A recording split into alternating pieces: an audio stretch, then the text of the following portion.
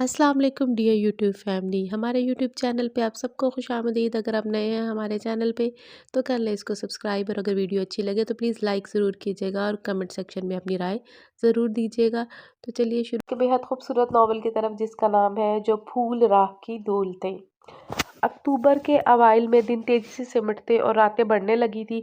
वो रात जो इधर आंख लगती और उधर ख़त्म हुई की तफसीर बनी हुई थी, अब आती तो यूँ लगता जैसे ख़त्म ही ना होगी। 8 बजे तक ईशा की अज़ान से फारिग होने के बाद ज़ीना को लगता कि उस पर इम्तिहान की घड़ी आन पहुंची है। जवानी की नींद तो बहुत बदमस्त और बदहोशी से भरपूर होती है। फिर क्यों से रात शुरू होते ही खौफ और वहमें घेरने लगते थे। वो कितनी ही देर से बेचैनी से करवटें बदलती रही। दिल ताकि किसी तौर चैन ही ना ले रहा था, और आँख आँख थी कि खुश ही ना होती थी। या अल्लाह है मेरे खुदा, मैं तुझसे कुछ नहीं मांगती, बस एक असजद। वो खुद पर काबू पाते हुए तकिए में मुंह दिए सिसक उठी और बाहर स्याह रात धीरे धीरे गुजरने लगी, किसी की मजबूरी, किसी की बेबसी का ख्याल किए बगैर। लड़कियां तो अपनी शादी की खबर सुनकर खिल उठती हैं। जरा इसकी शक्ल देखो, जैसे शादी ना हुई कोई सजा सुना दी हो हमने इसे। आपा के आते ही अम्मी जिस तरह शुरू हुई थी जीना, और भी पसमुर्दा होने लगी। ठीक हो जाएगी अम्मी जी। जो लड़कियां अपने मेके से ज्यादा अटैच होती हैं उनके साथ यही मसला होता है, खामखा की टेंशन ले लेती हैं। आपा ने एक तीखी सी नजर किताब रखती खामोश बैठी जीना के ऊपर डालते अम्मी को तसल्ली दी थी। टेंशन लेती है या देती है, अम्मी ने तेज लहजे में कहा था। जब से शादी की तारीख तय हुई, मजाल है जो उसने एक भी काम में खुद से बढ़कर दिलचस्पी ली हो। तुम भी रोज रोज उस हाल से नहीं आ सकती। मैं अकेली जान कहाँ तक देखूं। चले कर लेते हैं, चले कर लेने दे ऐश। वैसे भी अब की बार मैं पूरे हफ्ते के लिए आई हूँ, जितनी हो सकेगी तैयारी करवा के जाऊंगी। आपा ने उन्हें ठंडा करने की कोशिश की थी। देखो कोई शौक और भड़कीले से कपड़े नहीं लेने किसी के।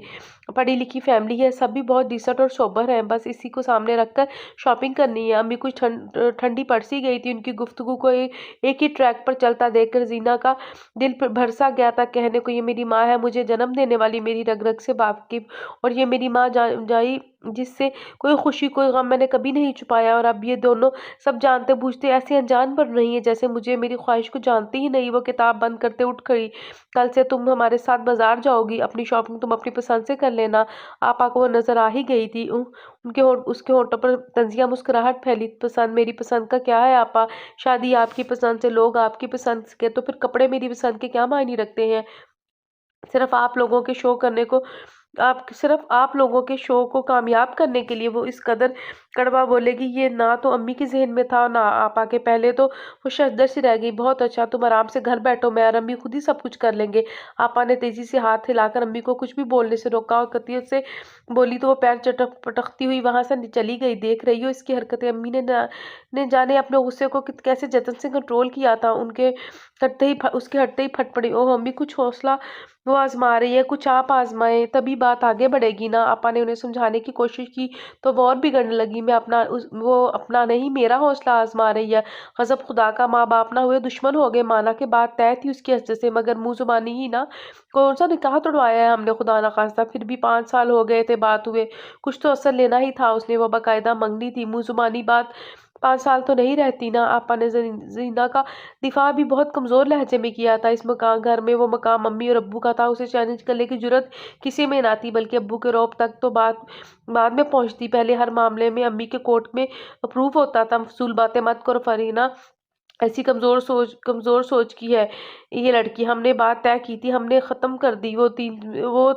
तीन में ना 13 में ख्वाह ख्वाह से लिए बैठे हैं। उन्होंने अपनी सी कहकर बरहमी से सर झटका। अच्छा छोड़े उसे, कल की इसे कल को अपने घर बार वाली हो जाएगी तो हंसेगी अपने माजी की बेवकूफ़ी पर। और वैसे भी कामरान काफ़ी अच्छा बंदा है, और सबसे बढ़कर ये थी पढ़ी लिखी फैमिली, तीनों भाई पढ़े लिखे हैं, बहनें भी लाइक फाइक, और भाभियाँ भी। इसका मिजाज मिल जाएगा कामरान के साथ तो फिर कोई मसला ही नहीं। आपा और जीना के बीच कासिम था। इस तरह वो 5 साल छोटी, यानी 5 साल के फासले पर ये फासला 2 4 5 साल कम होता तो शायद वो जीना की ज्यादा जान पाती। दिल पर लिखी तहरीरें किसी रबड़ से मिटाई जा सकती तो फिर रोना किसका था? वो भी दिल पर लिखा असजद का नाम मिटाकर आराम से कामरान का नाम चढ़ा लेती, मगर कोई तो रबड़ नहीं था ऐसा। यहाँ आकर साइंस फेल हो जाती। आपा की बातों ने अम्मी को वक्ती तौर पर फैला दिया, मगर जीना से वो कुछ ज्यादा खुश ना थी। सबसे छोटी होने के बायस वो इनकी रोब में थी, लाडली भी।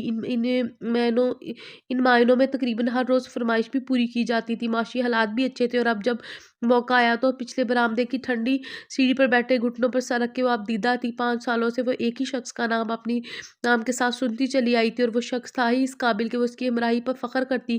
खुशनुमा आँखों वाला वो शख्स कैसे दिनों में उसके दिल में घर कर गया था। उसने आँखें मौंदी तो कितने ही आँसू पलकों की बाढ़ तोड़कर उसके रुखसार भिगोने लगे। पलकों तले कितने ही सुहाने मंज़र जाग उठे थे। फ़कत 5 साल पहले की बात थी, जब घर भर में लाडले बेटे आसिम की शादी के हंगामे जाग उठे। तब ज़ीना एफ़ए के एग्ज़ाम से फ़ारिग हुई थी। साथ ही घर में पहली बल्कि उसके होश में ये पहला बड़ा फ़ंक्शन हो रहा था। फ़ारिग की शादी एफ़ए के बाद फ़ौरन बात हो गई थी। ग्रेजुएशन और फिर पोस्ट ग्रेजुएशन की डिग्री उसकी शादी के बाद ली थी।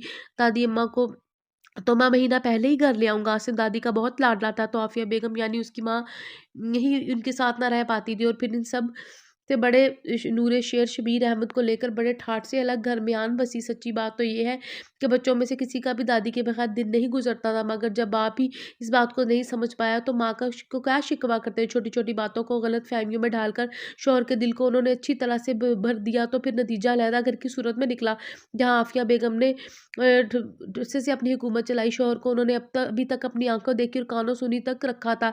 वो जो कहती उसी के मुताबिक वो फैसला जारी करते, और अब आसिम की ये उन्हें कतई पसंद ना आई थी। कोई ज़रूरत नहीं घर को लोगों से भरने की, उन्होंने तेज़ लहजे में कहा। तो आसिम ने एहतजाज किया, "व्हाट लोग अम्मी? मैं दादी अम्मा की बात कर रहा हूँ, हमारे बाप की माँ है। अब की बार बुरा मान जाने पर वो सँभली। मेरे कहने का मतलब है अभी नए सिरे से घर की सेटिंग और पेंटिंग वगैरह होनी है। इस घर में रहकर हमने ये सब कराना है, ऐसे में उन्हें कहाँ सँभालते फिरेंगे? अच्छा लगेगा एक से दूसरे दूसरे से तीसरे कमरे में शिफ्ट करते हैं।" उन्होंने बात ही ख़त्म कर दिया। पता नहीं ये मंतिक आसिम के दिल को लगी या नहीं, बहरहाल वो खामोश हो गया। उसके बाद घर की सेटिंग फिर भी तब्दील हो गई और पेंट स्टैम्पर का काम भी पार हो गया, मगर दादी अम्मा शादी से महज़ 1 हफ़्ता पहले ही आई, वो भी आसिम के पुरज़ोर इसरार पर। "ज़ीना मैं सदके जाऊँ, इधर तो आ मेरी बच्ची, माशाल्लाह कितनी प्यारी लग रही है, इधर आओ, नज़र उतारूँ।" मैं वो मेहंदी वाले रोज़ तैयार होके आई थी, जब दादी अम्मा ने उसे पास बुलाकर बुलाए लेते हुए पता नहीं क्या कुछ पढ़कर उस पर फूँका था। कुंदन के दीदा ज़ेब काम से सजा पीच कलर का लहंगा उसके अल्लड़ रूप को 4 चाँद लगा रहा था। "क्या कर रही हैं दादी अम्मा? मैंने तो अभी मेकअप भी नहीं किया।" वो शर्मा कर कसमसाई। उन्होंने उसकी अदा पर वारी जाते हुए उसकी पेशानी चूम ली। मेरी शहज़ादी को इन मस्नूई चीज़ों की ज़रूरत ही कहाँ है? वो बड़ी बेताबी से अपने पोते का इंतज़ार कर रही थी।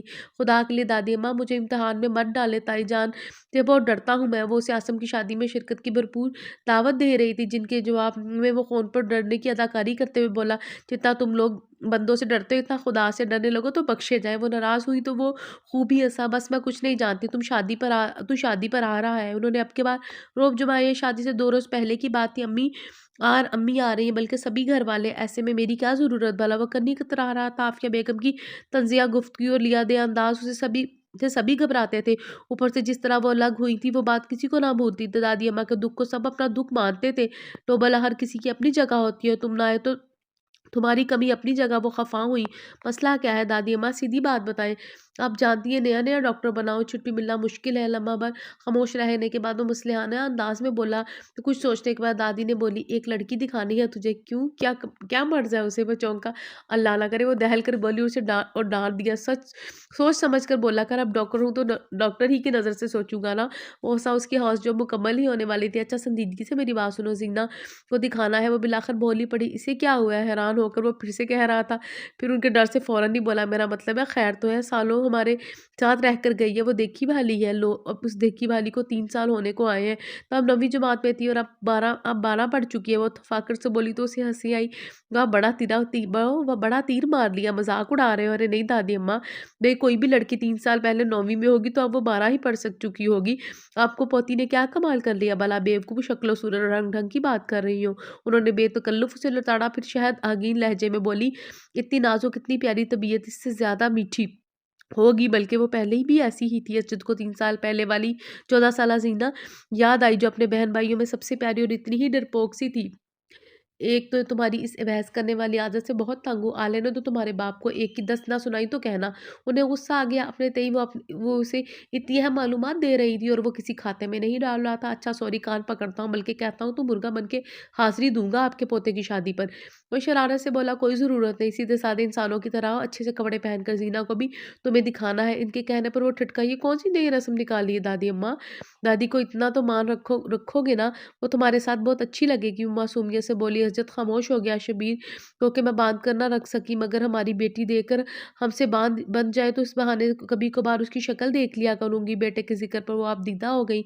वो बहुत छोटी है मुझसे दादी अम्मा, उसे दरहकीकत कोई बहाना ना सूझा था।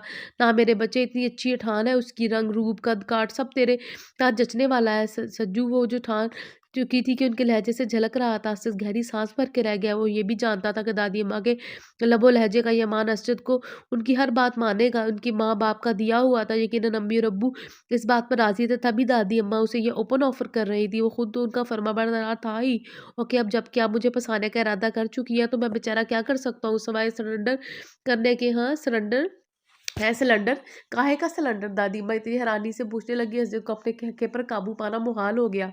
दादी अम्मा से आफ़िया बेगम की कम ही बनती थी। वजह ये थी कि बड़े बुजुर्गों की तरह दादी अम्मा को भी अपने बच्चों की अच्छे और मुफीद मशवरे और नसीहतें देने का शौक था। मगर क्या किया जाए जब बच्चों को उनकी कदर ही ना हो। मगर बज़ाहिर वो दादी अम्मा के सामने बिल्कुल चुप रहती। अलबत्ता शौहर बशीर अहमद तक अपने अल्फाज में हर बात पहुँचाने से हरगिज़ ना चौंकती। ये मैं ही हूँ जो याद बर्दाश्त कर रही हूँ बशीर। शदीद गुस्से के आलम में ये बात बताना हरगिज़ ना भूलती थी। वो कौन-सा हमेशा के लिए हमारे साथ रहने आ गई है, शादी के दिन गुज़ार कर वापस चली जाएँगी। शबीर अहमद भी यूँ बोला जैसे किसी कोई और की माँ के मतलब गुफ्तगू हो रही। मगर आसिम, ज़ीना और कासिम की तो मौजें लग गई थी। वो तीनों ही दादी के लाडले थे, उनकी आमद पर खुश थे। शादी में नाश्ते में दादी के हाथ से बने मक्खन के पराठे और चाय के साथ कोई ना कोई हलवा। इस उम्र में भी वो बच्चों के लिए कमर कस के किचन में घुस जाती। आफिया बेगम अपने किचन में उन्हें पाकर घून भर कर रह जाती। बच्चों को अलबत्ता घुरकती थी, क्या अम्मी तेरे से बात तो इतने मज़े की चीज़ें खा रहे हैं। आसिम मुँह पड़ता, वो हर शय उलट-पुलट कर देती है मेरे किचन का, उन्हें क्या पता कौन-सी चीज़ कहाँ रखनी है। वो अपने गुस्से पर काबू पाकर बोलती तो वो हाथ हिलाकर कहने लगता, डोंट वरी, चीज़ें हैं किचन में ही है ना, मगर ये बेतरतीबी बिल्कुल पसंद नहीं। वो तंग कर बोलती तो आप उनके साथ खड़ी हो जाया करें ना हेल्प के लिए किचन में। मशवरा मुफ्त था, वो जलकर रह गई। साथ ही खड़े होना होता तो लगना होती, ये तो आपकी गलती थी ना। वो चल पड़ा था, क्या उसकी ज़ुबान दराज़ी पर वो हैरान हुई। वो बाहर जा रहा था, इधर आओ ज़रा, क्या बकवास कर रहे हो? उसकी पीछे लपकी, मगर वो उन्हें सुलझा कर निकल गया था। खबीस उदास पीस कर आएगी का लड़की वालों के यहाँ मेहंदी ले जाने का प्रोग्राम था, कहाँ रह गया ये सज्जू का बच्चा। दादी अम्मा को एक ही फ़िक्र खाई जा रही थी कि उनकी माँ बहन भाई पहुँच चुके थे अस्पताल में। इमरजेंसी केस से निपटने की वजह से वो लेट हो गया। 3 साल में उसकी शादी तो नहीं होनी थी। फिर बच्चा कौन-सा? दादी अम्मा, जीना ने उन्हें छेड़ा, शादी भी हो जाएगी जल्दी। वो मुस्कुराई और बेहद प्यार से उसे देखा, चलो भई अब निकल रहे हैं, सब गाड़ियों में बैठो। आसिम मुजलद अंदर आते ही बोला, एम्ब्रॉयडर्ड कुर्ता शलवार में वो बहुत हैंडसम लग रहा था और कुल्ले और गले में डाला दुपट्टा नुमा साफा जीना को इस कदर खूबसूरत लगा कि उसने साफ कहा, ये बाद में मैं ले लूँगी और इसके साथ वाला सूट मैचिंग करके सिलवाऊँगी। हो सकता है रूबा का भी यही ख्याल हो। वो शरारत से हँसा था और दादी अम्मा को आसिम की गाड़ी में बिठाने गई तो आसमा बेगम ने उसे इशारा किया, इधर-उधर इधर इधर इधर किधर, उधर कोई और गाड़ी देखो, मैं अभी मुझे बैठना है, जगह है ना अंदर, आप भी बैठ सकती हैं। वो ददियाल वालों के मुतल्लिक माँ की तंग नज़री और बहुत से अच्छी तरह वाकिफ़ थी। नरमी से बोली तो वो दाँत पीस कर उसे घूरने लगे, मैं जल्दी से वॉशरूम से हुआ हूँ। तो खिड़की में झाँक कर दादी अम्मा को बताती, लहंगा सँभालती तेज़ी से अंदर की जानिब भागी। तकरीबन सभी गाड़ियों में बैठ चुके थे। वो जो खड़े थे वो सभी भी जगह देखकर बैठने की तैयारियों में थे। नौकरों को हिदायत देके आफ़िया बेगम बादल ख्वास्ता दादी अम्मा के साथ ही बैठ गई। मजबूरी थी, अगर आसिम इस गाड़ी में ना आता तो वो कभी इस गाड़ी में ना बैठती। चलो अभी जल्दी करो, हमें पहले निकलना है।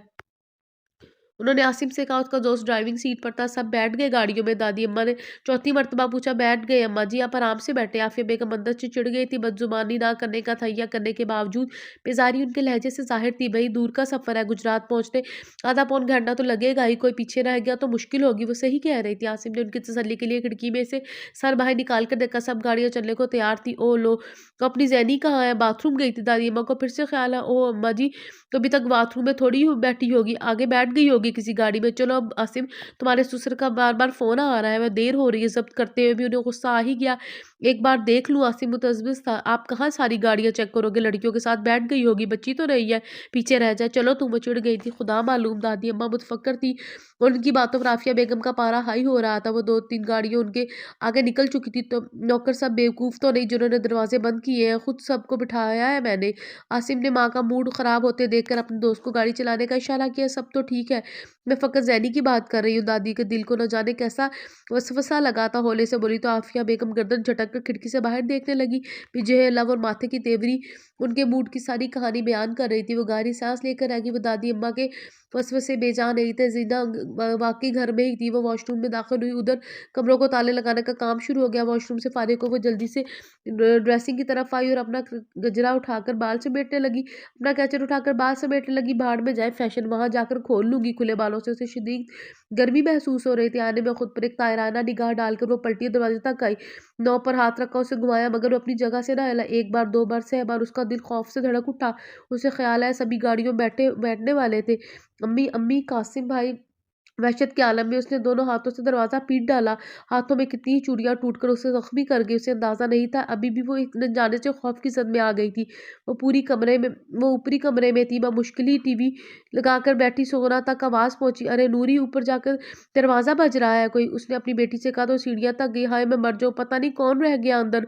उसने सीने पर हाथ रखकर फिर धड़-धड़ करती सीढ़ियाँ चढ़ गई। कौन है अंदर? नूरी ने दरवाज़ा खटखटाया तो अंदर से पागलों की तरह दरवाज़ा खटखटाना बंद हो गया। मर जाओ तुम नूरी, दरवाज़ा खोलो, वो अंदर से चिल्लाई थी। है ज़ैनी बीबी। नूरी ने मुँह पर हाथ रखा, फिर बेचारगी से बोली, दरवाज़ा कैसे खोलूँ जी? चाबियाँ तो बीबी जी साथ ले गई हैं।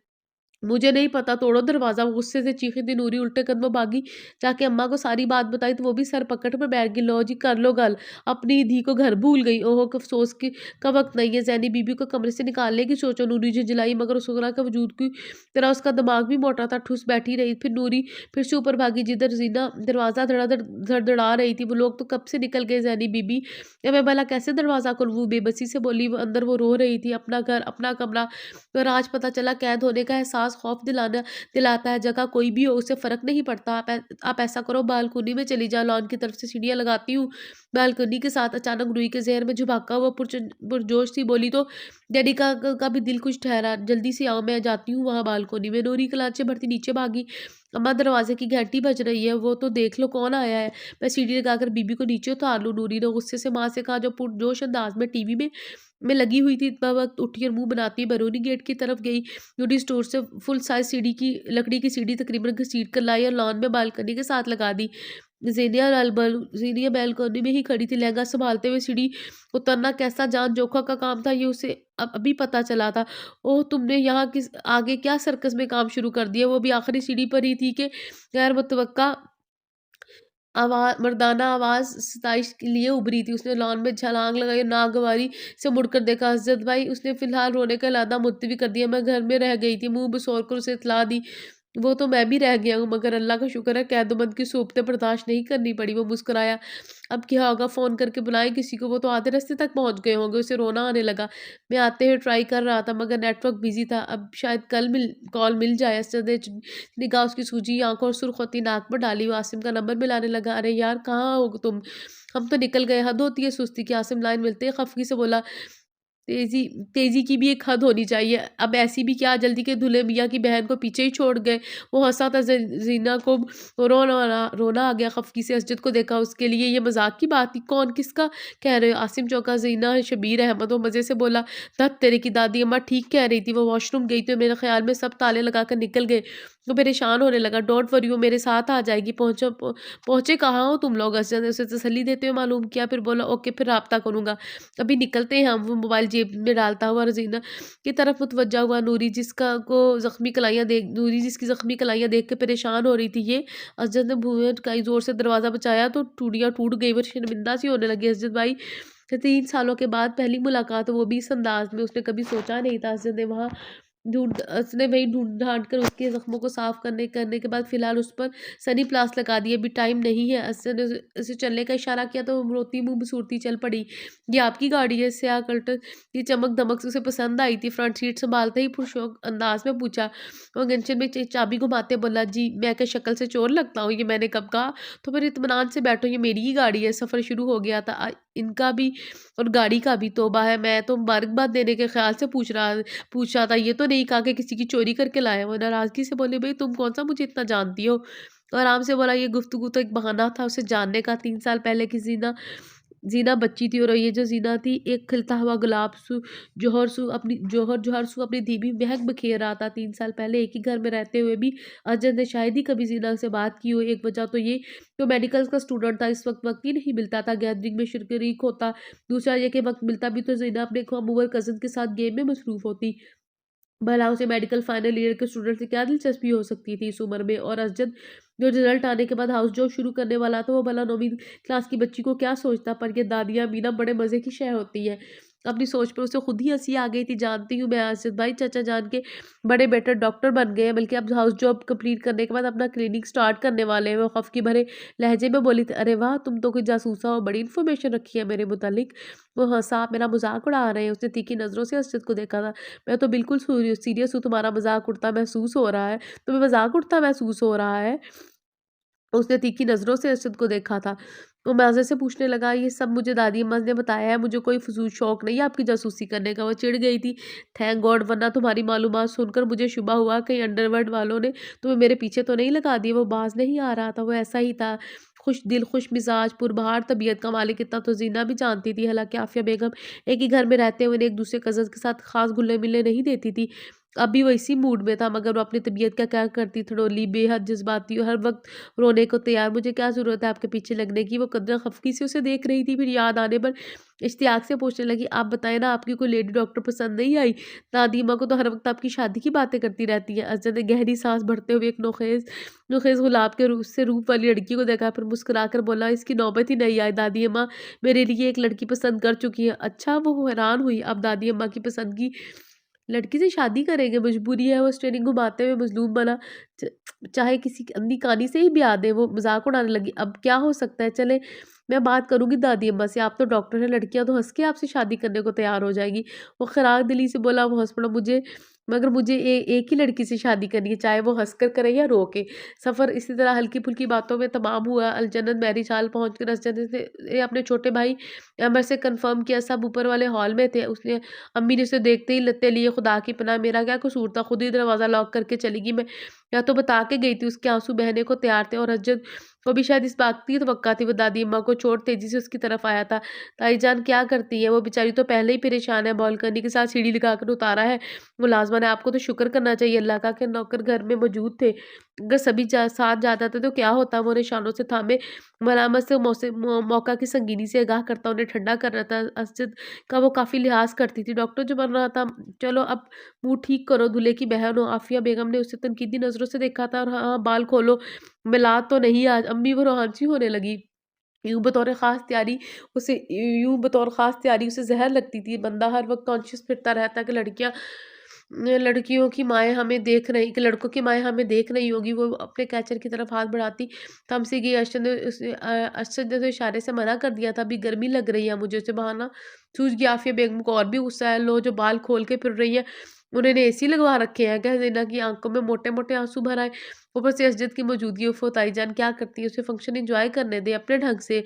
वो फ़ौरन उनकी मदद को आया था। बाद लौक़ास्ता उन्होंने उसे छुट्टी दे दी। उसकी बहन शारजा से आसिम की शादी में शिरकत के लिए आई थी और उनका लायक काबिल बेटा इंजीनियर बेटा साथ है। उनका पक्का इरादा था वो इस बार खुद उससे ज़ीना और इबाद के रिश्ते की बात करेंगे, मगर ये ज़ेनी की बच्ची मजाल था ज़रा बराबर भी अकल पकड़ियो। थैंक यू असद भाई।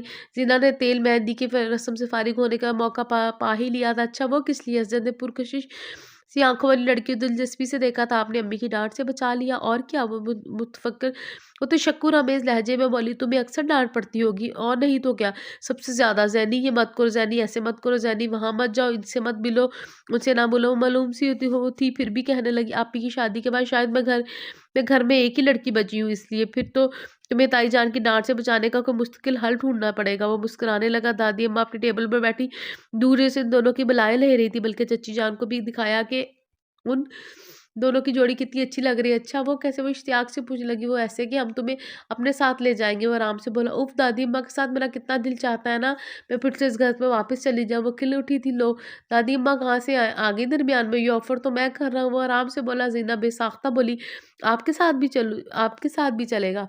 ओके। ओके वेट एंड सी। वो मैंने ख़ज़ी से मुस्कुराया, फिर दादी अम्मा के बुलाने पर उनके पास चला गया। अब बताओ कैसी लगी ज़ैनी? दादी अम्मा पुरजोश थी। चाची जान भी पास ही बैठी। लड़की तो ठीक है, लेकिन लड़की की अम्मा ज़रा ठीक होने वाली नहीं। क्यों अम्मी?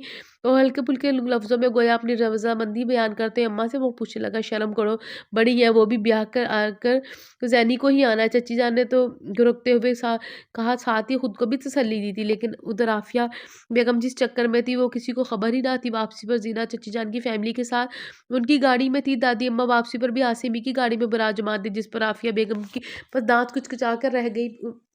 अब उन्होंने जो कीड़े दुल्हन वालों के इंतज़ामात में निकालने थे वो आज़ादी से नहीं निकाल सकती थी, वरना और वरना आसिम को ही सुना दी। अगले रोज़ बारात भी धूमधाम से गुजरात के जन्नत मैरिज हॉल पहुंची। दुल्हन दूल्हा वालों को नहायत गर्मजोशी से इस्तकबाल किया गया। आफी बेगम ने मुसलसल अपनी आपा राफिया को साथ रखा। उन्हें वो वही प्रोटोकॉल दे रही थी जो होने वाले समदन को देनी चाहिए थी। कुछ आसिम की ससुराल वालों को भी तवज्जो दो। दुल्हन दादी अम्मा ने संजीदगी से कहा तो वो अंदर से जल उठी।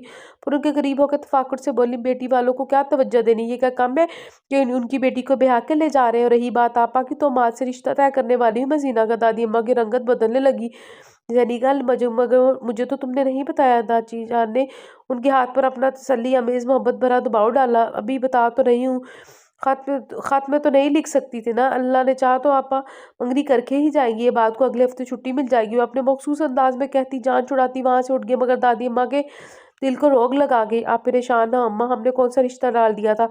अभी तो मैं सोच ही थी। चाची जान को अफसोस हुआ। जैनी उन्हें भी बहुत अजीज थी, मगर साथ को सदमे की गिरफ्त से आजाद कराना भी बहुत जरूरी था। सो हल्का फुल्के लहजे में बोली, खुदा के नसीब अच्छे करे, मेरी तो दुआ है बेहतरीन जगह पर उसकी शादी हो। मगर आपदा मैं सिर्फ उसके लिए कहती थी कि बच्ची बहुत नेक और सादा तबीयत की है। माँ वाली तेज तरारी तंदेही उसमें नहीं है। दादी अम्मा मलूम और अफसुर्दा थी। आफिया बेगम की बहन का भी उनका उनका आफिया बेगम कि बहन भी उनका पड़तूती स्टेटस कॉन्शियस और मैं में मुब्तला। पता नहीं जीना जैसी सीधी सादी मासूम लड़की का क्या हाल करती, जिसे अम्मा ने हमेशा शेरनी की निगाह से देखते हुए पाला था और हम्मा वक्त घबराई बौखलाई हुई रहती थी।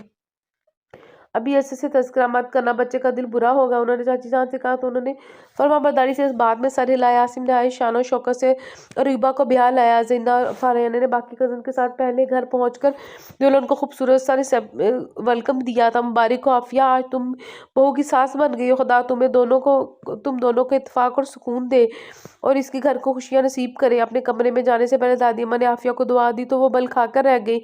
ये तो तंज के तीर चलाने में कोई सानी नहीं रखती। उनकी आपा ने मुंह बनाया। ज़ीना बरूबा के पास घुसी बैठी थी। नई भाभी वाला शौक, एक तो खूबसूरत दुल्हन को इतने पास से देखना उसे बहुत अच्छा लग रहा था। चची जान उनके बेटे गेस्ट रूम में रिहाइश पजीर थे। उनकी वापसी वलीमा के बाद होना थी, जबकि दादी अम्मा ज़ीना के कमरे में थी। सुन लिया तुमने अपनी दादी की सुनहरी बातें। उनके जाते ही आफिया बेगम तड़क कर आसिम से बोली। वो खुद अपने कमरे में जाने का पड़तोल रहा था। क्या क्या कहा उन्होंने, वो लाइलम था। अरे लो, सारी दुनिया ने सुना है, बस इसी ने नहीं सुना जो तानों का बायस बन रहा है।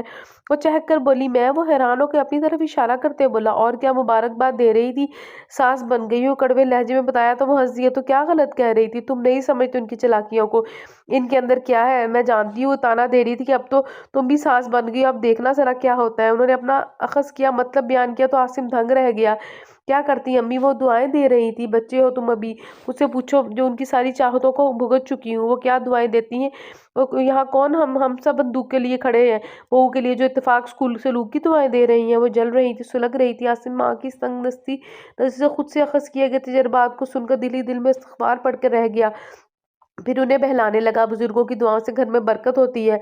अब आप भी तो हमारे लिए दुआएं करती हैं और इसी इनकी तरह दिखावा नहीं करते, दिल ही दिल में मांगती हो खैरियो बरकत की दुआएं। वो तंग कर बोली, अच्छा चले ठीक है, बहुत टाइम हो गया, रेस्ट करें, आप भी थक गई होंगी। कलाई पर बदी घड़ी पर एक नज़र डाल के उसने बात समेटी तो उन्होंने बेटे को गहरी नज़र से देखा। हालांकि वो कितनी देर से उनकी बेसरो सरापा सुने जा रहा था, मगर अब अपने कमरे में जाने की जल्दी हुई तो उन्हें बहुत महसूस हुआ। हाँ, अपनी दादी के खिलाफ तुम क्यों कुछ सुनने लगे, माँ ही गलत है तुम्हारी। ये कब कहा मैंने। चले, अगर इनकी कोई बात आपको ठीक नहीं लगती तो आप गुस्सा थोक दे, 2-4 रोज में वो चली जाएंगी।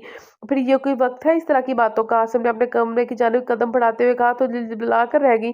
आप तुम लोग माँ को पढ़ाओगे, अभी से वक्त हो खत्म हो गया तुम्हारे पास मेरी बातों को सुनने का। ओह अम्मी क्या हो गया आपको, वो पलटा था। एक दुनिया देखी है मैंने बेटे, मैं तो तुम्हारे पैरों की धमक से तुम्हारा मूड पहचान लेती हूँ। आसिम ने गहरी सांस भरी। ध्यान के सारे धागे रूह से जहाँ की सोच से उलझे हुए थे, जो अकेली कमरे में उसका इंतजार कर रही थी। ऐसे में आफिया बेगम की ये बेवजह क्लास उसे समझ नहीं आ रही थी। अच्छा मैं आपके पास बैठ जाता हूँ, जो बातें करनी है कर ले, वो सुकून से कहता। सोफे की तरफ बढ़ा तो मुस्कुरा उठी खुल के तमानियत से। ना बेटा, तो तुम्हारी नई ने मेरी धुन कमरे में तुम्हारा इंतजार कर रही होगी। मैं सिर्फ तुम्हारी माँ के हकूक की अवलियत बता रही थी, मुझे भी नींद आ रही है। शब बखैर, वो इत्मीनान से कहती अपने कमरे की तरफ बढ़ गई।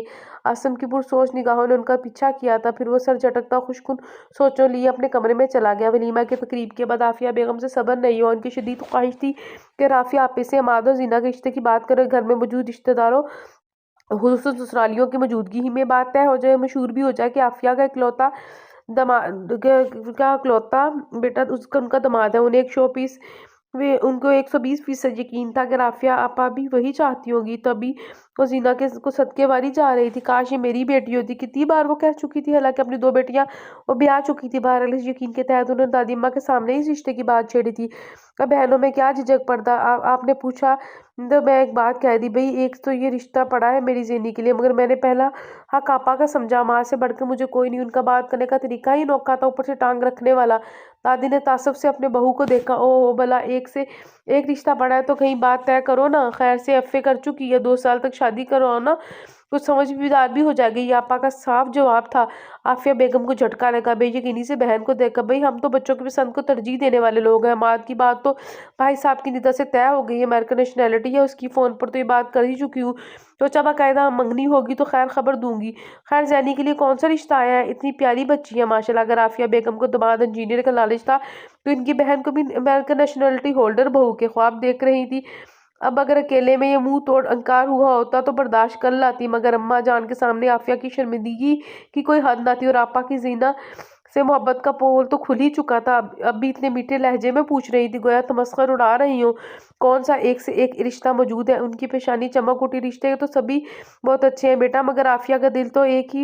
यार अपनी आपा से पूछ लूँ आजकल जो वो शिकायत ना करे, वरना आपदा इसीलिए रुकी है यहाँ के। आफिया हाँ करे तो वो जीना को अज्जत के नाम की अंगूठी पहना कर ही जाए। दादी अम्मा की बात ही अब धमाका। आफिया बेगम सुन रहेगी। अच्छा आपदा आपकी छोटी बहू क्या करता है, सरकारी नौकरी या प्राइवेट? वो सरसरी से अंदाज में पूछ रही थी।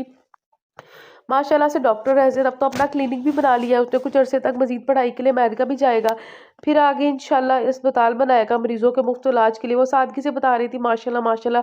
राफिया बेगम को शर्म आ गई थी, उधर राफिया बेगम को दिल को भी सुकून मिला। दादी अम्मा ने मौका पर इज्जत रखी और ये हजरत इतना काबिल डॉक्टर बन चुके, अपना क्लिनिक भी बना लिया। चलो फिलहाल तो वक्त गुजरे बाद की बाद में देखी जाएगी।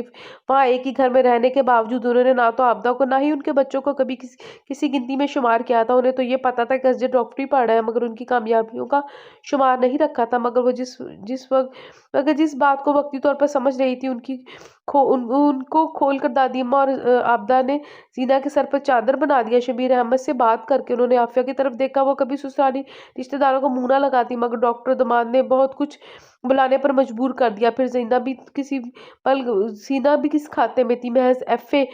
दादी की लाडली दादी ही के पास जाएगी तो सुखी रहेगी, उन्होंने सोचा। और जो कुछ उनकी बहन ने कर दिखाया था, बड़ी धूमधाम से शादी होगी मेरी बेटी की, उन्होंने जताया था। अभी फिलहाल सबके सामने बात ही तय हुई थी। आपा से उसका दिल उचाट हो गया था। जीना तक खबर पहुंची तो वो दम बखुद रहेगी, तो ये वजह थी इस सवाल के पीछे। उसे ख्याल है, मगर कुछ खास फीलिंग्स नहीं हुई। वो भी उसे पूरे 10 साल बड़ा था और उसने पहले कभी इस के बारे में इस दहेज पर नहीं सोचा था। चची जान ने इस वक्त उसको फ़ोन किया। अगले दिन वो दोबारा जब वलीमा अटेंड करते ही वापसी के लिए निकल गया था। अफरा तफरी में भी चाची जान उनकी बेटी निम्ना ने जो शॉपिंग की वो डायमंड रिंग समेत थी, बहुत शानदार थी। मंगनी के सूट के अलावा भी जीना के 5 खूबसूरत जोड़े लिए थे। वहाँ मैचिंग ज्वेलरी। जीना उलझी हुई थी, इतनी जल्दी तो क्या मैं बुढ़ी होकर भी हारे चाहूंगी? फिलहाल सिर्फ मंगनी हो रही है, 4 साल बाद पढ़ लो, फिर शादी होगी, तब कौन सा डॉक्टर बैठा होगा तुम्हारे लिए? वो आपा से जली बैठी थी। शुक्र अल्लाह, क्योंकि काबिल दामाद मिला तो इसको भी यानाकानी करने लगी थी, सो उन्होंने झाड़ दिया। मैंने कौन सा शर्त रखी थी डॉक्टरी की? वो खफा हो गई। शाम को उसकी मंगनी की शानदार तकरीब मुनक्कद की गई। अजद बेहतरीन सूट में मलबूस था, उसका ऊंचा लंबा जिया सरापा सब में नुमाया था। निम्रा ने अपने लाडले भाई की तारीफ करके दुल्हन बनी जीनिया का भी दिल धड़का दिया था। उस पर अज्जत के खुल्लम खुल्ला फरमाइश, अंगूठी मैं खुद पहनाऊंगा। दादी अम्मा की मंगेतर थोड़ी है ये, वो बहुत कॉन्फिडेंट था। मुझे शर्म आएगी। जीना को एकदम से उसी सिचुएशन को कबूलते में दिक्कत पेश आ रही थी। अभी कल तक तो किसी ने जीना की शादी का नाम तक ना लिया था, और आज वो यूं सजी सवरी किसी के नाम होने जा रही थी। जैसे कोई एक बार अंगूठी पहन ले फिर ये शर्म वरम आनी बंद हो जाएगी। ऐसे ने निम्रा के हाथ पे काम भिजवाया था। और फिर वो लम्हा भी आया जब वो 2 सीटर पर उसके साथ आ बैठा। जीना का दिल हलक में अटकने लगा। असद तो भाई था, असद भाई का, और अब ये नया रूप कुछ अजीब सी कैफियत का शिकार होती। इजाज़त है दादी अम्मा? असद ने अंगूठी थामते हुए शरारत से पूछा। आफिया बेगम मुस्कुराई। इजाज़त है तो यहाँ बैठे हो बेटा। थैंक यू ताईजान। उसे जीना का हाथ थाम लिया और फिर उसे एकदम से ठंडा पड़ता महसूस भी कर लिया। चलो भाई अब तो तोलने बैठ गए हो, बहुत भारी हाथ है। आसिम ने शरारत से कहा, तुम हंसा बड़ा ठंडा है यार, बीबी लो लग रहा है। ये लो जी, शुरू हो गई इनकी डॉक्टरी। भाई साहब ये आपकी ससुराल है, अस्पताल नहीं। अजद से छोटे अहमद ने उसकी तवज्जो दिलाई। वो जर्नी के आखिरी साल में था और जसीना का दिल बहुत सहज सहज के धड़क रहा था। अपने सर्द पड़ते हाथ पर भी उसके मजबूत हाथ की गर्मी उसे अच्छी तरह महसूस हो रही थी। चलो जी, क्या याद करेंगे जीना बीबी, आज तक तो डॉक्टर फीस ही लेते आए थे। उसने शोखी से कहते अंगूठी भी जीना की पकड़ती उंगली में डाल दी। नजीना ने फौरन ही हाथ खींचा। सब भी हंसने लगे थे। इसे इसे भी सिर्फ हीरे की अंगूठी का इंतजार था। कासिम ने कहा तो जीना को हंसी भी आई और गुस्सा भी। खैर, कासिम से वो अच्छी खासी निबट लेती थी। फोटो सेशन, मूवी मेकिंग, एक लंबा सेशन था मगर सब बहुत इंजॉय कर रहे थे। इस तरफ से अंगूठी पहनाने की बारी शमीर अहमद को आगे किया गया। आप क्यों ज़हमत कर रहे हैं तायब्बा, मैं ज़ैनी ही से पहन लूँगा। असजद ने बड़ी हमदर्दी दिखाई थी। उन्होंने हंसते हुए रबिया नफीना पकड़ा दी। मैं नहीं, वो मिनमनाई। खबरदार असजद उसकी तरफ मुतवज्जा। वो तिलमिलाई, ये अच्छा रोब है, अभी से अपनी मनमानियाँ। चलो अभी ज़ैनी अंगूठी पहना दो। रूबा ने कहा तो वो अंगूठी हाथ में लिए मुंतज़िर हो गई। वो हाथ आगे करा, क्या सोच रहे हो यार, बल्कि अभी तो सोचने का वक्त निकल चुका है। हासिन में से याद ध्यान कर असजद ने मुस्कुराते हुए हाथ आगे किया तो जीना ने बगैर देखे अंगूठी पहनाने की कोशिश की मगर अंगूठी आगे जाने से इनकारी थी। ये छोटी है, वो हार गई। ये छोटी नहीं, अंगूठा बहुत बड़ा है। निम्रा की बरजस्तगी पर कहका पड़ा तो वो ये देखकर शर्मिंदा हुई कि बिना देखे अंगूठी में रिंग डालने की कोशिश कर रही थी। तब उसने बहुत एहतियात से असद की उंगली में अंगूठी डाल दी। Thank you. वो मुस्कुरा रहा था। निगाह जीना पर थी। जीना ने एक नज़र उसे देखा। वही अपनायत के सारे रंग थे। जीना को लगा वो असद के साथ खुश रहेगी। आज उसकी वापसी थी। जीना फारिग हो बेडशीट बिछाकर फारिग हो रही थी जब निम्रा ने दरवाज़ा खोलकर अंदर झाँका। हाँ हाँ, आ जाओ। वो तकिया सेट करते हुए वो खुशगवारी से बोली। निम्रा उसकी हम उम्र थी और उसकी दोस्त भी बहुत थी। अस्सलाम वालेकुम। गैर मुतवक्का आवाज़। वो उछल पड़ी। वहाँ निम्रा की जगह उसके भाई साहब मौजूद थे। इधर-उधर निगाह दौड़ाई, कमरे का जायज़ा लेते हुए। ओह! वो निम्रा, वो सीना हिकलाई। पहली लड़की देखी है जो मंगेतर की बजाय नंद का इंतज़ार कर रही थी। अब मुकम्मल तौर पर उसकी तरफ मुतवज्जा था। उसे टूट कर शर्म आई थी। अब बताओ, खुश हो मंगनी से? उसके सामने खड़ा था। पता नहीं ज़ीना को अपनी टाँगों की लर्ज़िश अच्छी तरह महसूस हुई थी, यानी कि नाखुश हो। मुझसे किसी ने पूछा ही नहीं। वो सादगी से बोली, अच्छा तो अब पूछ लेते हैं। उसकी साफ़गोई से महफूज़ होते हुए बोला, ज़ीना असद से शादी करोगी? वो पूछ रहा था। नहीं। वो अख्तियार उसने कहा तो फिर उसके तासुरात देख के वज़ाहतन बोली, अभी मंगनी ही ठीक है, मुझे पढ़ना है। थैंक गॉड, डरा दिया तुमने। वो हँसा था। और अब वो नहीं, कहीं भी नहीं, ना इस मुल्क में, ना ही ज़ीना की ज़िंदगी में। और अब वो नहीं था, कहीं भी नहीं, ना इस मुल्क में, ना ही ज़ीना की ज़िंदगी में। वो अपने कमरे बंद अंधेरा की असद की याद में रो रही थी। उसके दिल में बसने वाला, उसकी धड़कनों को नए अंदाज सिखाने वाला पहला शख्स जिसे उससे जुदा कर दिया गया था। कल तुम्हारी सास और नंद आ रही हैं, वलीमा का लहंगा खरीदना है, तुम्हें साथ ले जाने का कह रही है। अम्मी ने उसे बताया तो वो साकत रह गई। तो दायमी जुदाई असजद। वो खाना छोड़ के उठ बैठी। जैनी आफिया बेगम पीछे से मगाना मगर वो आस में ही कहाँ थी। ऊपर टेरेस की सीढ़ियों पर आ बैठी। वो बेबस हो सकती थी हालात के सामने। यूं ही छोड़ दिया उस देता तो मेरा दिल ने इसने जज्बे क्यों जगाए, अगर यूं ही छोड़ देना था तो मेरे दिल में नए जज्बे क्यों जगाए थे असजद? मैं तो कोरा कागज़ थी, इस पर अपनी मोहब्बतों की दास्तान लिखकर अब बेहिस बने तमाशा देख रहे हो। आ क्यों नहीं जाते मुझे सबसे छीनने के लिए? उसे रोना आ रहा था। उसे साल भर पहले के दिन याद आए जब ग्रेजुएशन के बाद चची जान के वो बेहद इसरार पर उसके यहाँ वो 2 हफ्तों के लिए रहने गई थी। वो सुनहरे दिन उसकी आंखों में रोशनी सी भर गई। उधर आसिम की शादी के घर में रूबा की शक्ल में गोया एक रौनक आ गई। हंसती मुस्कुराती हर पल चहकती रूबा, जहाँ आसिम की चहेती बीबी बनी भाई जीना और कासिम की दोस्तनुमा भाभी कविता भरी में उस घर की ऐसी मकीन बनी जो गोया सालों से यही रहती थी। असल मसला तब शुरू हुआ जब रूबा ने किचन में पाँव रखा। अम्मी आज मैं पकाऊं? हांडी में प्याज लाल करती आफिया ने बड़ी चाहत से कहा तो पहले हैरान हो फिर सफा चट नहीं, ये मैं देख लूंगी, कोई बात नहीं, मैं भी तो फारिग हूँ। वही बहुओं वाला घरदारी का नया ना शौक, घर वालों को अच्छा खिलाकर दाद पाने वाला मासूम सा शौक। फारिग वक्त गुजारने के और भी तरीके हैं, जाकर टीवी देख लो, बड़ी मसरूफ ज़ाहिर करती हुई बोली थी। और रूबा समझ ना पाई। वो किचन में अपने वो इजारादारी चाहती थी। वो तो दादी अम्मा को किचन में बर्दाश्त ना करती थी। कुजा ये कल की छोकरी, उसे तो रोज़े अव्वल से ही उसकी हद में रखना चाहती थी। और फिर रोज़ाना यही होने लगा। सबके लिए नाश्ते तक वो खुद बनाती थी। माँ सवाए आसम और रूबा के उसे अपना और आसम का नाश्ता बनवाने की आदत थी। इसके अलावा चाय बर्तन धोने मासी उसके सर पर खड़ी होकर सफाई करवाए और कपड़े धुलवाए। वो आफिया बेगम का दर्द सर ना था। उन्होंने अभी तक रूबा को हांडी पकाने की वजह से नहीं बताई थी। वो और हम दोनों को ज़्यादा से ज़्यादा करीब होने का मौका देना चाहती है। जान आसिम को अपनी उलझन बताती तो उसे बाहों के घेरे में लेते हुए बोला, बड़ी दूर की कड़ी लाए हैं जनाब। वो हंसी थी, शुक्र करो इतनी अच्छी सास मिली है, वरना बहू को ताने होते हैं कि सब काम तुम्हारे माशरे में वही करती है, उसे चूल्हे के आगे मुस्तकिल खड़ा कर दो। आसिम ने बात को सरसरी अंदाज में लिया था। आज तक किचन आफिया बेगम ने ही संभाला हुआ था, सो रूबा का यह मसला घर में ही तो शायद किसी को समझ ना आया। मगर जो भी कुछ पकाती है वो चाहती हूँ घर वालों के लिए, आपके लिए। मेरा दिल चाहता है कि आपके लिए मेरे आप भी मेरे हाथ का खाना खाएँ। सच्ची में बहुत अच्छा खाना पकाती है। वो उलझी-उलझी सी थी। आसिम मुस्कुरा दिया। अच्छा चलो ठीक है, मम्मी से कह दूँगा कल से खाना तुम बनाओगी। अम्मी नाराज़ तो नहीं होगी? उसे खदशा लाँघ हुआ। कम ऑन यार, वो भला क्यों खफ़ा होगी? नहीं, नहीं बहू, इसके लिए तुम्हारे नाज़ नख़रे उठवा रही है। आसिम ने उसे समझाया तो वो शाने झटक कर रह गई। किचन का इतना ख़्याल और शौहर की कोई परवाह नहीं जो तुम्हारी एक नज़र को तरस रहा है। उसने अंदाज़ बदला। कमरे में अरोबा की किलकिलाहटें गूंज उठी थी। ऑफ़िस के लिए निकलते से पहले आसिम किचन में आया जहाँ आफ़िया बेगम फ्रिज में मौजूद सब्जियों का जायज़ा ले रही थी। क्या बात है, कुछ चाहिए? उन्होंने उसकी मौजूदगी को महसूस कर पलट कर देखा और पूछा, नहीं खुदा हाफ़िज़ कहने आया था। वो मुस्कुराया। अच्छा, ध्यान से जाना, खुदा हाफ़िज़। उन्होंने अल्लाह की ईमान में सौंपते हुए अपना मशग़ला जारी रखा। क्या पकने वाला है? वो जैसे बरसबील तज़किरा करते हुए बोला। गोश्त का एक पैकेट रखा है, उसके लिए सब्ज़ी देख रही हूँ। क्या ख़्याल है, गोभी डाल दूँ या मटर? उन्होंने बताते हुए उसकी राय चाही तो चंद लम्हे सोचने के बाद बोला, मुझे दोनों सभी सब्जियों में मटन पसंद है। आप जो चाहे पका लें। अच्छा चलो ठीक है, मैं हँस दी। मटर पुलाव बनाऊँगी और चपातियों के साथ गोभी गोश्त, साथ में रायता सलाद भी बना लूँगी। इतना लंबा चौड़ा मेन्यू, थक जाएगी। अरूबा से हेल्प ले लीजिएगा, बल्कि आज हांडी उसी से बनवाएँ। आप पुलाव बना लीजिएगा। वो खुशदिली से उन्हें मशवरा देता है, इतना लंबा चौड़ा भी नहीं है, पहले भी तो करती हूँ। ये ना रायता और सलाद बना लेती है, अब अरूबा से कहूँगी कि वो बना दे। वो संजीदा हो गई थी। नौकरी में सब्ज़ी निकाल कर पलटी तो वो अभी तक जैसे कुछ बोलने के इरादे से खड़ा था। उन्हें अच्छी तरह से अंदाज़ा हो गया था क्या मसला सुलझाने आया है। चलो जाओ, अब देर हो रही होगी। उन्होंने छुरी तलाश करके टोकरी में रखी थी। अम्मी मैं चाहता हूँ रूबा भी किचन के कामों में आपकी हेल्प करे। ऐसे ही फ़ारिग बैठी रहती है। लग रहा था वो रूबा के मसले का हल चाहता है। हाँ, क्यों नहीं, ये लो। उससे बोलो सब्ज़ी बना दे, फिर आगे बर्तन धो ले। मैं इतनी देर में गोश्त चढ़ा लेती हूँ। उन्होंने सब्ज़ी की टोकरी उसे थमाई और रवादारी से बोली तो आसिम मज़ीद बहस किए बगैर रूबा को टोपी उठवाकर ऑफ़िस के लिए निकल गया। फिर यह मसला दिन-ब-दिन रोज़ पकड़ने लगा। आफ़िया किसी तरह रूबा को हांडी की तरफ आने नहीं देती। तो तुम सब्ज़ी बना लो, बर्तन धो लो, सलाद बना लो, रायता बना लो।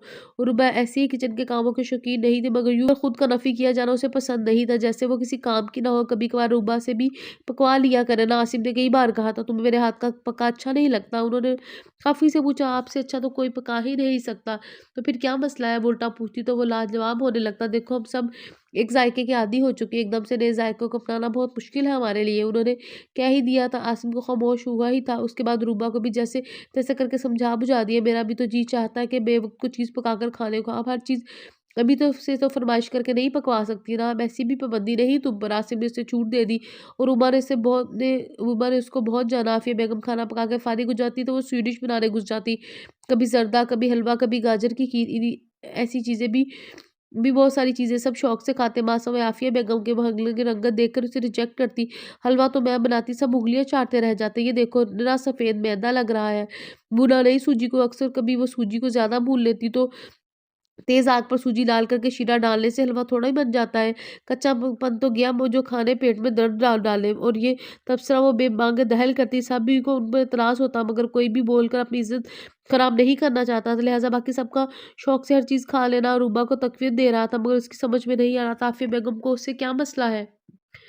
दरअसल अम्मी ने शुरू ही से हमारे लिए हर काम अपने हाथ से किया है, इसलिए ज़ीना और कासिम भी शर्मिंदा होते। बहरहाल रूबा ने दिल में आफ़िया बेगम की तरफ से गिरा बढ़ चुकी थी। उसे देख लिया था, माँ, शौहर और सब घर वालों पर अपना हुक्म चलाने की आदी थी, इसलिए वो उनके सामने आने से गुरेज़ ही करती थी। ज़ैनी, कभी असद का फ़ोन नहीं आया तुम्हें? वो कई दिनों से उससे पूछना चाह रही थी। अच्छा ही हुआ ना, मैं भला उनसे क्या बात करती? वो फ़ौरन बोली, बेवकूफ़, हो सकता है वो तुम्हारी कॉल का इंतज़ार कर रहा हो। और एक बार उसका ध्यान करवाया लो। ये कौन-सा पहले उनसे राब्ते में थी, वो इतनी ही ऐसी ही थी, सादा तबीयत, लापरवाह। हटो, तुम पता नहीं कौन-सी दुनिया में रह रही हो, तुम मैं खुद बात करूँगी अरशद से। रूबा ने मुसम्मम में इरादा किया, फिर वाक़ई उसने अच्छे से लंबी बातचीत की और फिर उसके बाद रूबा कभी-कभार उसके मोबाइल से फ़ोन करने लगी, थोड़ा बहुत तो जान लो एक-दूसरे को।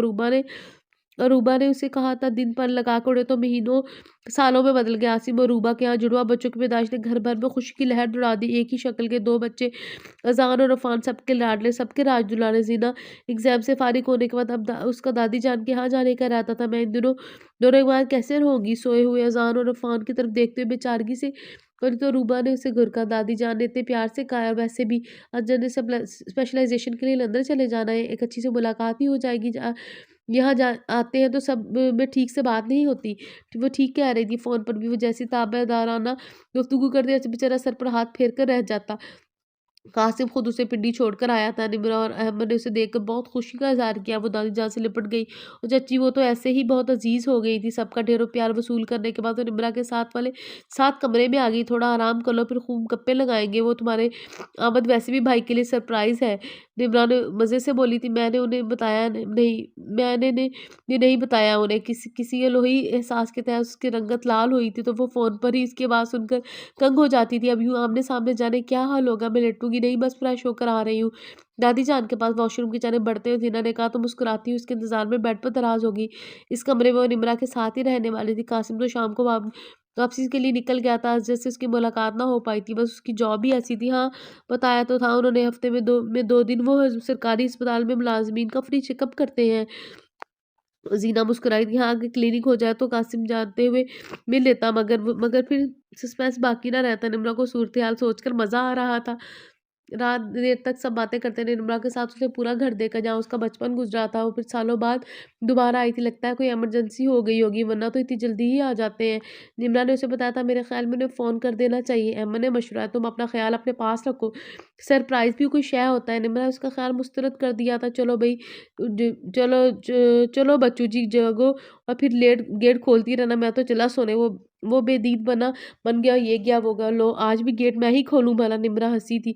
तो ज़ीना ने उसे सवालिया नज़र से देखा, तुम वो इत्मीनान से नहीं वो घबरा गई, ऐसी अचानक मैं उनसे नहीं मिल सकती, तो आराम से मिल लेना, इतनी जल्दी काहे की है। निम्रा की बात पर उसने उसे खूब हँसाया था। वो खिसिया कर रही, मेरा मतलब मैं अब सुबह हेलो हाय कर लूँगी उनसे, बुरी बात उनकी मासूम सी खुशी ना छीनो, तो मैं यूँ अचानक सामने पाकर उन्हें मिलने वाली है हसीन ज़ालिम लड़की। बाकी वो मुँह सर लपेट कर खुद तो सो गई और सजद का इंतज़ार करने को नींद भरी आंखों लिए सफ़र की दुकान से चूर वो बैठी रही। कहीं 12 बजे के करीब डोरबेल सुनाई दी तो शुक्र का कलमा पड़ा, मगर वहीं एक झिझक कदमों को रोक रही थी। निम्रा को झिझोड़ा, सब क्या सोचेंगे, क्या आते ही वो दूसरी बेल काफ़ी वक्फे के बाद बजी तो वो दिल से भागी। गेट खोलते तक उसकी धड़कनें बेतरतीब हो चुकी थी। गेट खुलते ही वो फिलवक्त पलट गई, इसलिए कि जान नहीं पाया कि गेट निम्रा ने खोला इतनी देर। और मैंने कहा था कि अमर से कहना गेट खोलने को। वो अंदर दाखिल होकर छोटा गेट बंद करते हुए तदीबी अंदाज में बोला, और अब उसकी बाबत क्या जवाब देती निम्मू। वो लंबे ढक बढ़ता उसके हमकदम हुआ तो वो सुस्त पड़ने लगी। तब असजद को कुछ अजीब सा एहसास हुआ। वो सरापा वो पोनी में जकड़े बाल, कमर तक आते स्याह बाल, वो एकदम उसके सामने आया था। जीना उसे ख्याल में नहीं था किससे टकरा गई। जीना इसी ख्याल में नहीं थी, इसी से टकरा गई। मगर ध्यान उधर कौन सा ऐसा एहसास था, बेख्तियार ही हंसने से शानों से थामा जीन ने। जैनी आई डोंट बिलीव ये तुम हो। वो बेहद हैरान था। जीना का चेहरा तिलमिला उठा, सच के अंदाज में महसूस कुन बेख्तियार आनापन था। मैं दोपहर को आई थी, वो बिन बनाए मुझे क्यों नहीं बताया, अगर कोई अटैक हो जाता तो। वो हल्का सा झटका देकर बोला तो होठों पर मुस्कुराहट ने जीना खिसमिसाकर पीछे हटी। मुझे नींद आ रही है, मैंने ज़रा भी रेस्ट नहीं किया। फाउल सलाम तक नहीं किया तुमने। अस्सलाम वालेकुम। वो खफीफ सी होकर बोली, वालेकुम अस्सलाम, जीती रहो, मिलोगी नहीं। अब भी शरारत पर उतर रहा था। जीना का दिल बेतरतीबी से धड़कने लगा। भागने के से अंदाज में अंदर की तरफ बड़ी पीछे उभरने वाला हसरत का कहका उसे ठीक सुनाई दिया था। उसे भी हंसी आ गई। इतना चौकीदार रखने शुरू कर दिए तुम लोगों ने कि मैं आइंदा भी गेट की डुप्लीकेट चाबी घर भूल के जाना पसंद करूंगा। निम्रा सुबह का नाश्ता बना दी। जीना को लाख से चीजा ने मना किया, मगर वो भी निम्रा का हाथ बटाने खड़ी थी। सबसे पहली किचन में एंट्री असजद की थी। वो निम्रा से कह रहा था, मगर निगाह अंडे फैलती जीना पर थी। रॉयल ब्लू कलर में उसकी रंगत धमक रही थी। और कभी असजद की आमद का जहाज ऊपर से उसकी गुफ्तगू मुंह धो रखी है। भाईजान ये बहुत महंगे वाला चौकीदार है, आप अफोर्ड नहीं कर सकते। निम्रा ने हंसते हुए कहा, अपना पैकेज बताओ, मैं हर कीमत पर तैयार हूँ। किचन कैबिनेट की मार्बल टॉप पर चढ़कर बैठा। जीना ने नॉन स्टिक फ्राई पैन में कुकिंग ऑयल डाला तो कुछ ज़्यादा ही चला गया। डॉक्टरी नुक्ता नज़र से इतना ऑयल सेहत के लिए नुकसानदेह है। हजरत की निगाह उसी पर थी। जीना ने बेबसी से कहकर मुस्कुराया, अब यहाँ से जाएंगे तो मैं तो ही नाश्ता बनेगा। वो साहब कोई से बोली तो निम्रा कहका लगा बैठी, हाँ हाँ ना, ये अजीब अजीब बातें करते रहेंगे तो मुझसे भी उल्टा सीधा काम ही होगा। वो कुछ उलझ के बोली थी, मेरे ख्याल से आपने सुन ही लिया होगा। निम्रा ने शरारत से भाई को देखा, हाँ जी बहुत अच्छे से। उसने गहरी सांस भरी। निम्रा ने दादी जान के नाश्ते की ट्रे उठाई, मुस्कुराते हुए किचन से निकल गई। इतनी देर में जीना फ्राइंग पैन में से जायद और निकाल चुकी थी। सफ़र कैसा गुजरा था? असजद ने गुफ्तगू का आगाज़ किया। ठीक, बस ठीक, कोई खुशी नहीं थी आगे मुझसे मिलने की, कोई दिल की धड़कन वड़कन अब नॉर्मल नहीं हुई। वो कदर खफकी से पूछने लगा तो जीना को बेख्तियार हंसी आई थी। या तो आप डाइजेस्ट पढ़ते हैं या फिर फिल्में बहुत देखते हैं। उसने अंडों का हमेशा फ्राई पैन में उलट दिया और अब चम्मच से उसे फैला रही, मतलब ऐसा कुछ नहीं हुआ। वो बहुत बेयकीनी से पूछ रहा था, आप भी ऑमलेट खाएंगे या आपको फ्राई कर दूं? जीना ने अपनी तरफ से बहुत होशियारी से बात की। शाबाश, आते ही मुझे फ्राई शाबाश, आते ही मुझे फ्राई कर दो। वो कुछ इसी तरह दबक कर बोला कि किचन में दाखिल होते निम्रा की हंसी छूट गई। जीना उज्जल सी हो गई। मेरा मतलब अंडे से था, फ्राई एग। अब बंदा इससे पूछो अब बंदा इससे पूछे अंडों से मतलब रखने का क्या मतलब, इंसान थोड़े पड़ गए हैं क्या? और खफा खफा सा निम्रा से मुखातिब था, आप दोनों डायरेक्ट एक दूसरे से बात नहीं कर सकते क्या? निम्रा को अभी भी हंसी आ रही थी। मैं तो कर सकता हूँ, ये आगे से पूछ रही है कि मेरे हाथ का बना ऑमलेट खाना है या फिर आपको फ्राई कर दूं, यानी एक अदद ऑमलेट ना खाने की पैदाश में ये लड़की जालिम लड़की मुझे रोस्ट करने को तैयार है। मैं निम्रा से शिकायत कर रहा था, इन दोनों बहन भाइयों का यही स्टाइल था, बिला तकल्लुफ। मगर जीना के लिए सब नया था, उसे हजरत के मजाक और संजीदगी में फ़र्क करना मुश्किल था। मैंने ये नहीं कहा, वो एहतजाजन बोली। अच्छा, मेरे ख्याल में तो यही कहा था, खाते हैं ऑमलेट ऑमलेट भी या फिर फ्राई करूँ आपको? मज़े ले रहा था जीना। रोमांसी होने लगी, मगर मेरा ये मतलब नहीं था।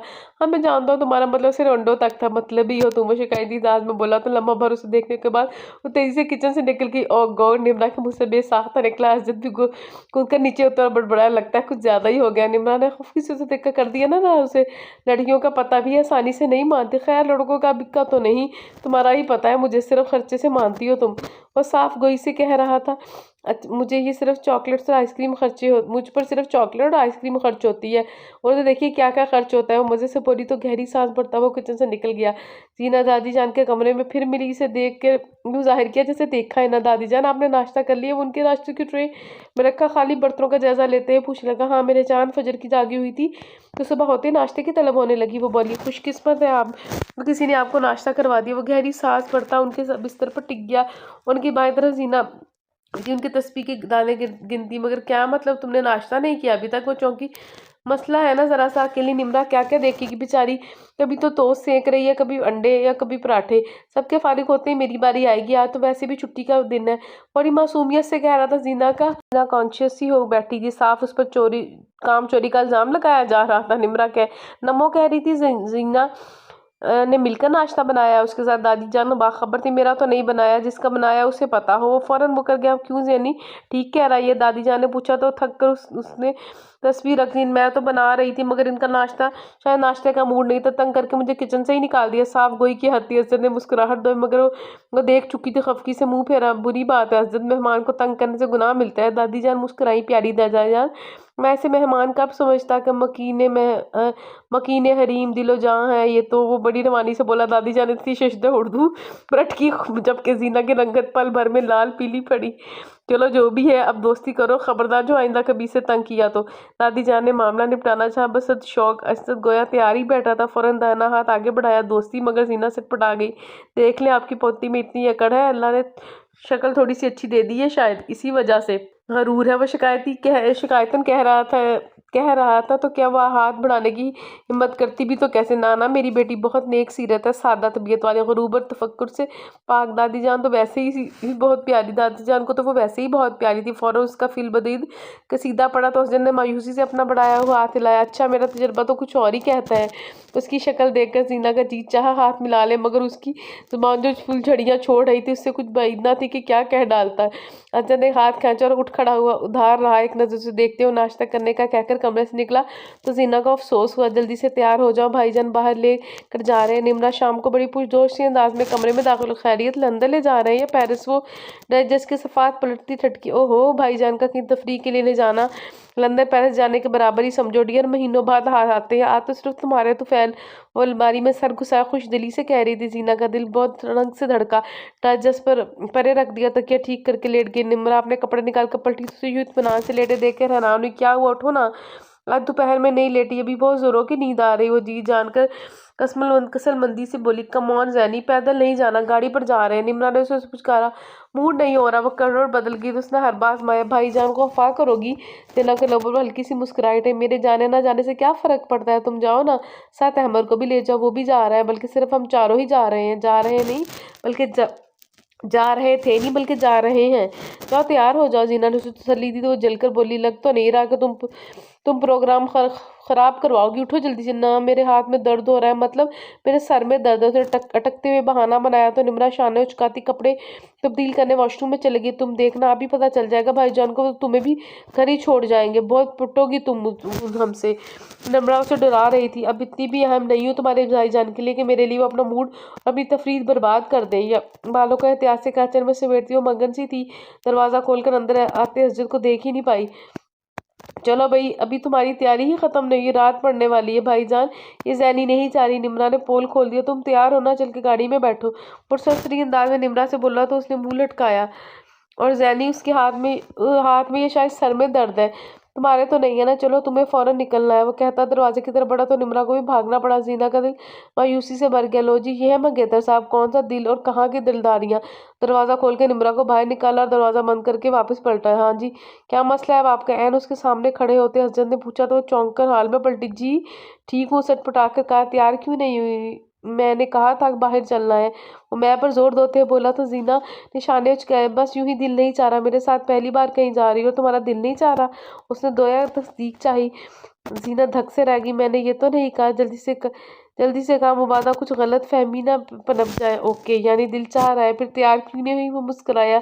उसकी होशियारी पर जीना ने खफी से उसे देखा। वो इतना ज़बरदस्त था कि उसकी एक भी चलने नहीं देता था। ऐसे मर्द की भी अपनी ही शान हुआ करती है। वो शलवार कमीज़ बहुत कम पहनता था, ज़्यादातर पैंट शर्ट इस्तेमाल करता, मगर अभी वो नेवी ब्लू कुर्ता शलवार में मलबूस बहुत आम से हुलिये में बहुत शानदार लग रहा था, बल्कि बहुत ख़ास। धड़कन का अंदाज मिला तो जीना की निगाहें दिल की बेईमानी पर झुक गई। मेरी तबीयत, हाथ में दर्द था। वो हकलाई अजद ने निगाह भरकर उसके सुर्ख पड़ते रुखसारों को देखा, उसका हाथ थाम लिया। इस हाथ में नहीं, इस हाथ में। जीना ने फुल दाना हाथ लहराया ताकि दूसरा हाथ छोड़े, मगर इधर कोई इरादा ना था। उसने दायां हाथ भी थाम लिया। इतनी नाजुक सी हो, सुबह पराठे बनाते हुए कुछ हो गया होगा, फिर अंडे फेंटते हुए शरारत से कहते हुए उसके और करीब हुआ। वो बुरा जरूर मानती अगर दिल की धड़कनें काबू में होती। इस दिन उसके हाथ को खफीफ सा लबों से चूहा खरा करे, तुम्हारे दर्द ठीक हो जाए। वो धीमे से लहजे में बोला तो हक तक सी रह गई। वो कहाँ दर्द था, सर में। उसकी सांसें जीना के ने अपनी सर्द पड़ती पेशानी में महसूस की। तेजी से हाथ छुड़ाकर पलट गई। उसे निगाह मिलाने का या नाना ही ना था। अब जाए तुम्हारे बगैर नामुमकिन, लाखों बार की देखी जगह है, बहाना तो सिर्फ तुम्हारा था यार। हजरत ने आगे बढ़कर उसे शानों से थामा और मोहब्बत से बोला। जीना के वजूद में खुशी और सरमस्ती की लहर उभरी। वो महबूब और शानदार सा शख्स उसे इतना खास समझता था। तुम साथ होगी तो हर चीज़ का एक नया रंग और रूप, नया अंदाज होगा। जैनी उसका रुख अपनी तरफ मोड़ते हुए बहुत चाहत से कह रहा था। जीना की निगाहें उसकी निगाहों की शिद्दत से झुकने लगी और इससे पहले कि वो कुछ और रोमांटिक होने लगूं, तुम तैयार हो जाओ जल्दी से प्लीज़। वो दोबारा जानत से बोला। जीना को ना सिर्फ हंसी आ गई बल्कि बड़े एतमाद भी अपने वजूद में सरायत करता महसूस हुआ। ओके, वो दांतों तले लब दबाकर बोली। अच्छा। उसने हाथ थाम कर रोका तो वो ठिठकी। पिंक कलर बहुत उठता है तुम पर। वो मुस्कुरा दिया। गेट आउट, वो मजबूब सी होकर कहती अलमारी की तरफ बढ़ी और हंसता हुआ बाहर निकल गया। फिर एक लंबे अरसे बाद, बहुत ही बदमज़गियों के बाद, अरूबा को किचन में हांडी पकाने की इजाज़त तो मिल गई, मगर आफिया बेगम की कड़ी निगरानी में अरूबा सर थाम के रह गई। कहाँ सर मोल ले लिया उसने भी। ससुराल में कुछ पकाने का शौक जैसे मर ही गया। वो पकाते हुए भी या अल्लाह ठीक पक जाए की दुआएं मांगती रहती। आफिया बेगम के तनाज़ात बेशुमार थे। काउंटर खड़े होकर आटा गूंदने पर एतराज़, ये अच्छी रही, हम 2-2 घंटे आटा गूंदते रहते थे। उधर इधर इधर अच्छा मजाक है, आटा ढीला से भिगो के रख दिया, आधे घंटे बाद 2-4 हाथ मार के फारिग। हम तो पैर ज़मीन पर पीढ़ी पर बैठकर आटा गूंदते थे। मतलब तो आटा गूंदने से हो, वो भी रोटी तो ठीक बनती है ना। सबसे बड़ी बात तो यह है, रोबा ने तहम्मुल से कहा था, मगर ये मसला आए दिन वो खाने के मेज़ पर चिढ़ती। हांडी को कितना भूनना है ये आफिया बताती, कितना पानी डालना है उनका हिसाब उन्होंने एक मग के साथ रखा था। हर खाने के साथ पानी के मग्गों का हिसाब मांगती, हलकान होती रहती है। नतीजतन कभी सब्जी सही बनती तो कभी बैठ जाती। ये क्या, ये है तुम्हारी कुकिंग तुम्हारी? आसिम मजाक उड़ाता था। वो सुलगती डंडा सर पर लेकर खड़े होकर काम करवाने और फ्री हैंड देने में बहुत फ़र्क होता है। मगर उसके जहन से खाना पका सकती ना, तो खुद से पकाओ। वो सिर्फ तरीका बताती है ना, वो कहता उनके तरीकों से खुद से कैसे पका सकती है। अब तो वो बता के हट जाती है कि इसमें 4 मग पानी डाल दो। अब इतने पानी के साथ सब्जी को गिलाना, पानी जो खाना और फिर से भूनना, इतनी देर में सब्जी की जान निकल जाती है। हमने तो कभी सब्जी में पानी डालकर नहीं पकाया, दम पर पका के हल्का सा भून ले तो बस। वो तंग आ गई। आफिया बेकर उनके दरमियान अजीब मामूली सा खिंचाव डर आया था। उनका कोई काम करने को जी नहीं चाहता था। जब उसकी हौसला अफजाई करने के बजाय वो उसको सुनाती, खाना तो बनाती थी। अब तुम जो सामने आ गया, शुक्र अल्हम्दुलिल्लाह। रूबा को उनकी ये नाशुक्रापन बहुत खुलता, उसका शिद्दत से दिल चाहा कि वो भी कोई बदमिजाज शरील सी बहू होती तो फिर आफिया बेगम को पता चलता कि उसके सामने साफ लफ्ज़ों में कहती थी बेटी तो बेटी होती है, बहू कभी बेटी नहीं बन सकती। तो जहाँ के ये अल्फाज बहू के मुंह पर कहे जाए तो उनके जहन में कौन सा सास का तस्वुर माँ का सा होगा। एक लड़की जो अपने घर के साथ साथ अपनी खूनी रिश्तों को छोड़कर आपकी नस्ल की अमीन बनकर आपके घर आती है, उसने हौसले को का अंदाज़ा कीजिए। अपनी माँ के अलावा किसी और को माँ कहने के लिए बड़ा दिल दिल चाहिए। रूबा को याद था शादी के अवलीन दिनों में उसे एक दफ़ा आफिया बेगम के सामने आसिम ने रूबा की अम्मी कहकर बुलाया तो आफिया बेगम को जैसे आग सी लग गई थी। तुम्हारी अपनी माँ नहीं है क्या? हद होगी है, 100 रिश्ते हैं बुलाने के लिए, सास को अम्मी भी कहोगे अब? वो दिन आज का दिन आसिम को उसकी अम्मी को आंटी कहकर ही मुखातिब करता था, या फिर तुम्हारी अम्मी अगर ये हरकत बहू करे तो जी जी हमें माँ नहीं समझती हो, यही यही कहा जाता। बहरहाल छोटी छोटी कई बातों का आफिया बेगम की बदमिजाजी और टिकटोराना तबीयत ने बहुत बड़ा बनाए हुए थी। वो जो एक बुलबुले नई सोचों के साथ ससुराल में आई थी, दिल महसूस कर रह गई। दूसरे दूसरे वो छोटी सी छोटी बात फ़ोन पर अपनी बड़ी बेटी फारिया से शेयर करने की आदत थी। सुबह से लेकर शाम तक के तमाम मालूमात की रिपोर्ट के साथ अपने तजर्बात और तज्जिए से सुनाती, और ये तमाम बातें बदंगे बहल करती। बहू सुनती कुटती उनकी बिला से, मगर वो कतई नहीं सोचती कि अपनी तर्ज अमल से वो अपनी इज्जत बढ़ा नहीं रही बल्कि घटा रही है। रूबा तो बाज़ारी इस कदर पॉलिश और मुदब्बर तबीयत दिखाई देने वाली आफिया का रूप बहुत नाकाबिले बर्दाश्त लगता था। और वो बेवक्त घर आया था, गेट की चाबी उसके पास ही हुआ करती थी। निमरा और अहमद भी अभी अभी नहीं लौटे थे। चच्ची जान और फूफो जान निमरा के लिए आए किसी प्रपोजल पर गौर कर रहे थे। जीना रोटियां पकाने के लिए किचन में आई थी। असजद सीधा वही आया। अस्सलाम वालेकुम। उसकी धड़कन इस एक पल अचानक सलामती पर तेज़ हुई थी। तेज़ी से पलटी तो हज़रत को सामने वगैरह के हैरान हुई। आप इस वक़्त ये सलाम का नया जवाब है क्या? वो मुझे उचकाकर पूछने लगा। ज़ीना ख़फ़ीफ़ से वालेकुम अस्सलाम अम्मी की तरह दादी जान के कमरे में, और ये फ्रिज से आटे का बाल निकालने लगी। एक कप चाय मिलेगी? वो पूछ रहा था। हाँ ज़रूर, मगर पहले खाना तो खा लें, मैं रोटियाँ बनाने लगी हूँ। ज़ीना ने कहा। सर में सख्त दर्द है पार्टनर, एक कप चाय और एक पुरसुकून नींद की सख्त ज़रूरत है। ज़ीना ने देखा उसकी आंखों में हल्की सी सुर्खी थी, ज़रा-ज़रा बड़ी हुई शू। वो काफ़ी थका लग रहा था। 3 दिन पहले होने वाले बम ब्लास्ट के ज़ख्मों से अस्पताल भरा पड़ा था। वो क्लिनिक से ज़्यादा अस्पताल ही में पाया जाता था। थोड़ी नींद और ज़्यादा काम ने असर दिखा दिया तो ओके में लाती हूँ। ज़ीना ने सर हिलाया और सॉस में पानी डालकर चूल्हे पर चढ़ाया। वो दादी जान के कमरे में गया और फिर उनसे मिलकर अपने कमरे की तरफ बढ़ गया। चाची जान मुतफक्कर सी किचन में चली आई। कहा भी था यूँ दीवानों की तरह काम मत किया कर, मगर लगता सुनने सुने तो ना अब दाद को क्लिनिक पर चला जाएगा।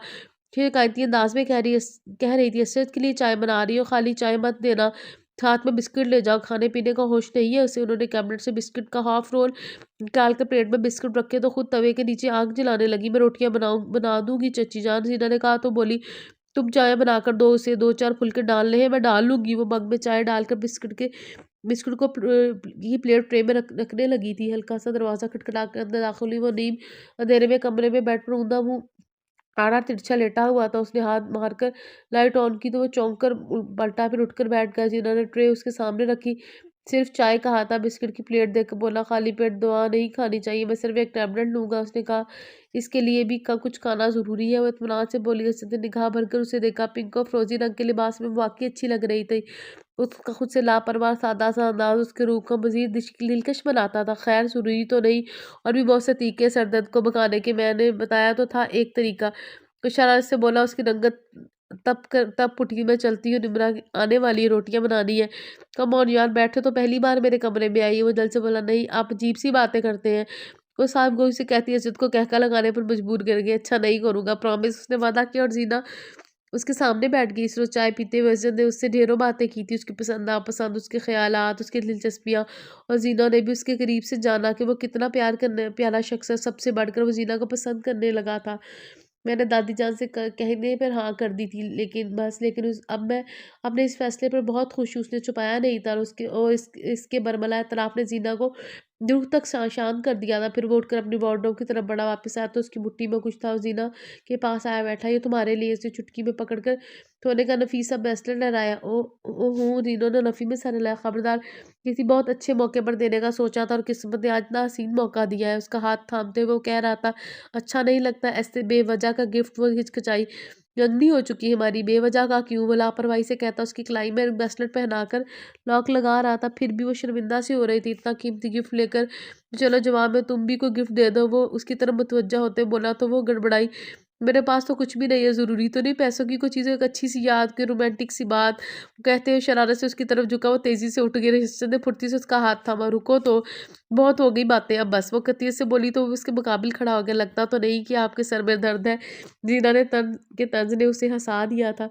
ये तो तुम्हारे कर्म का एजाज़ है मेरी शरीके सफ़र, मुझे हर दुःख हर दर्द भूल गया है। मेरी हमनफ़्स ज़िंदगी के सफ़र में तुम और मेरे हमकदम हो, तो ये एहसास ही मुझे हर दर्द से बेखबर करने को काफ़ी है।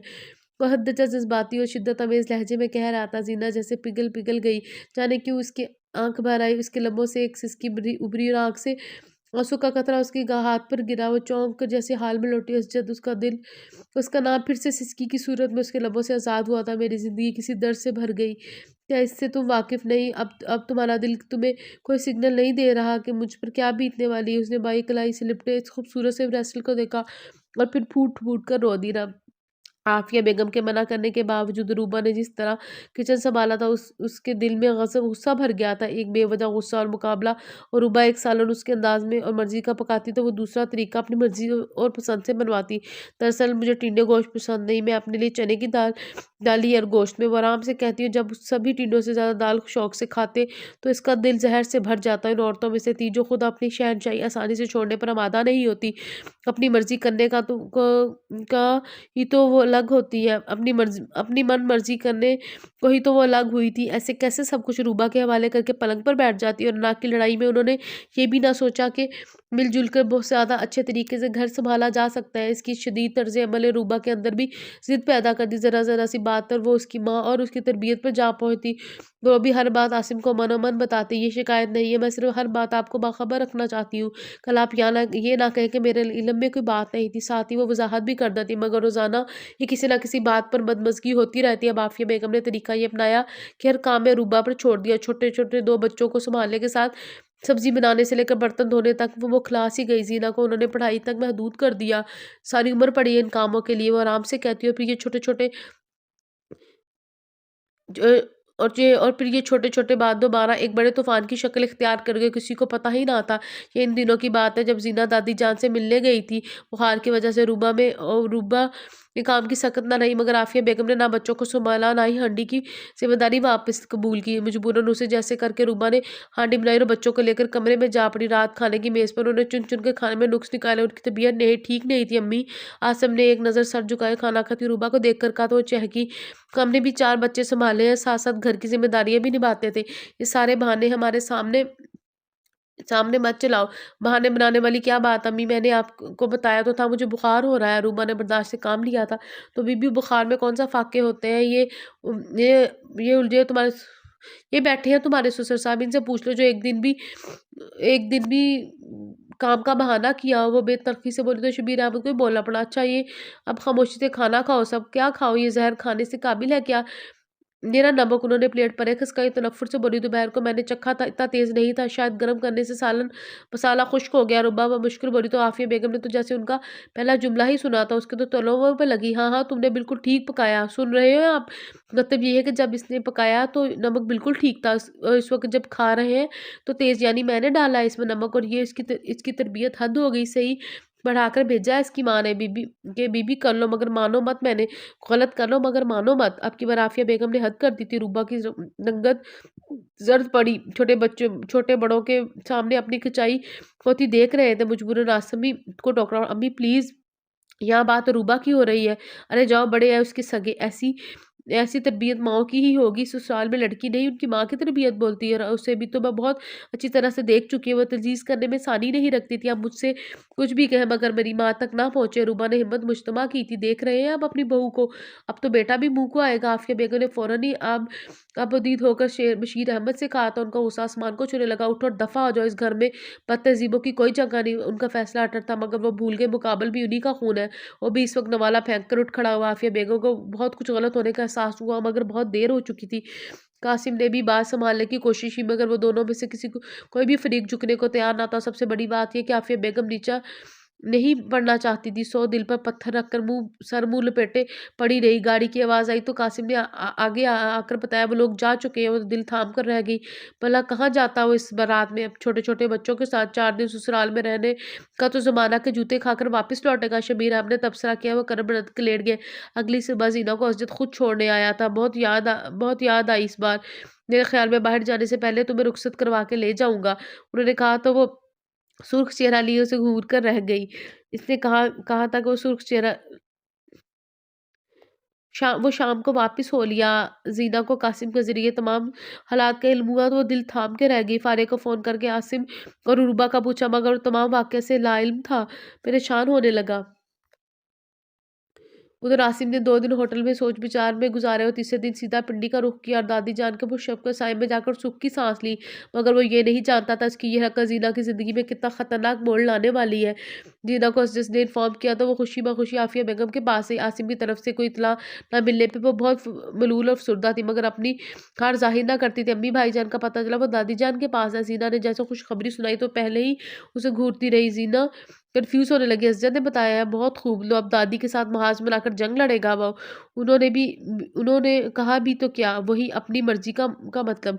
तो शबीर अहमद को भी पता नहीं किन लफ्ज़ों में सारी रिपोर्ट दी। उन्होंने साफ लफ्ज़ों में ज़ीना और असद के रिश्ते को ख़त्म करने का ऐलान किया था।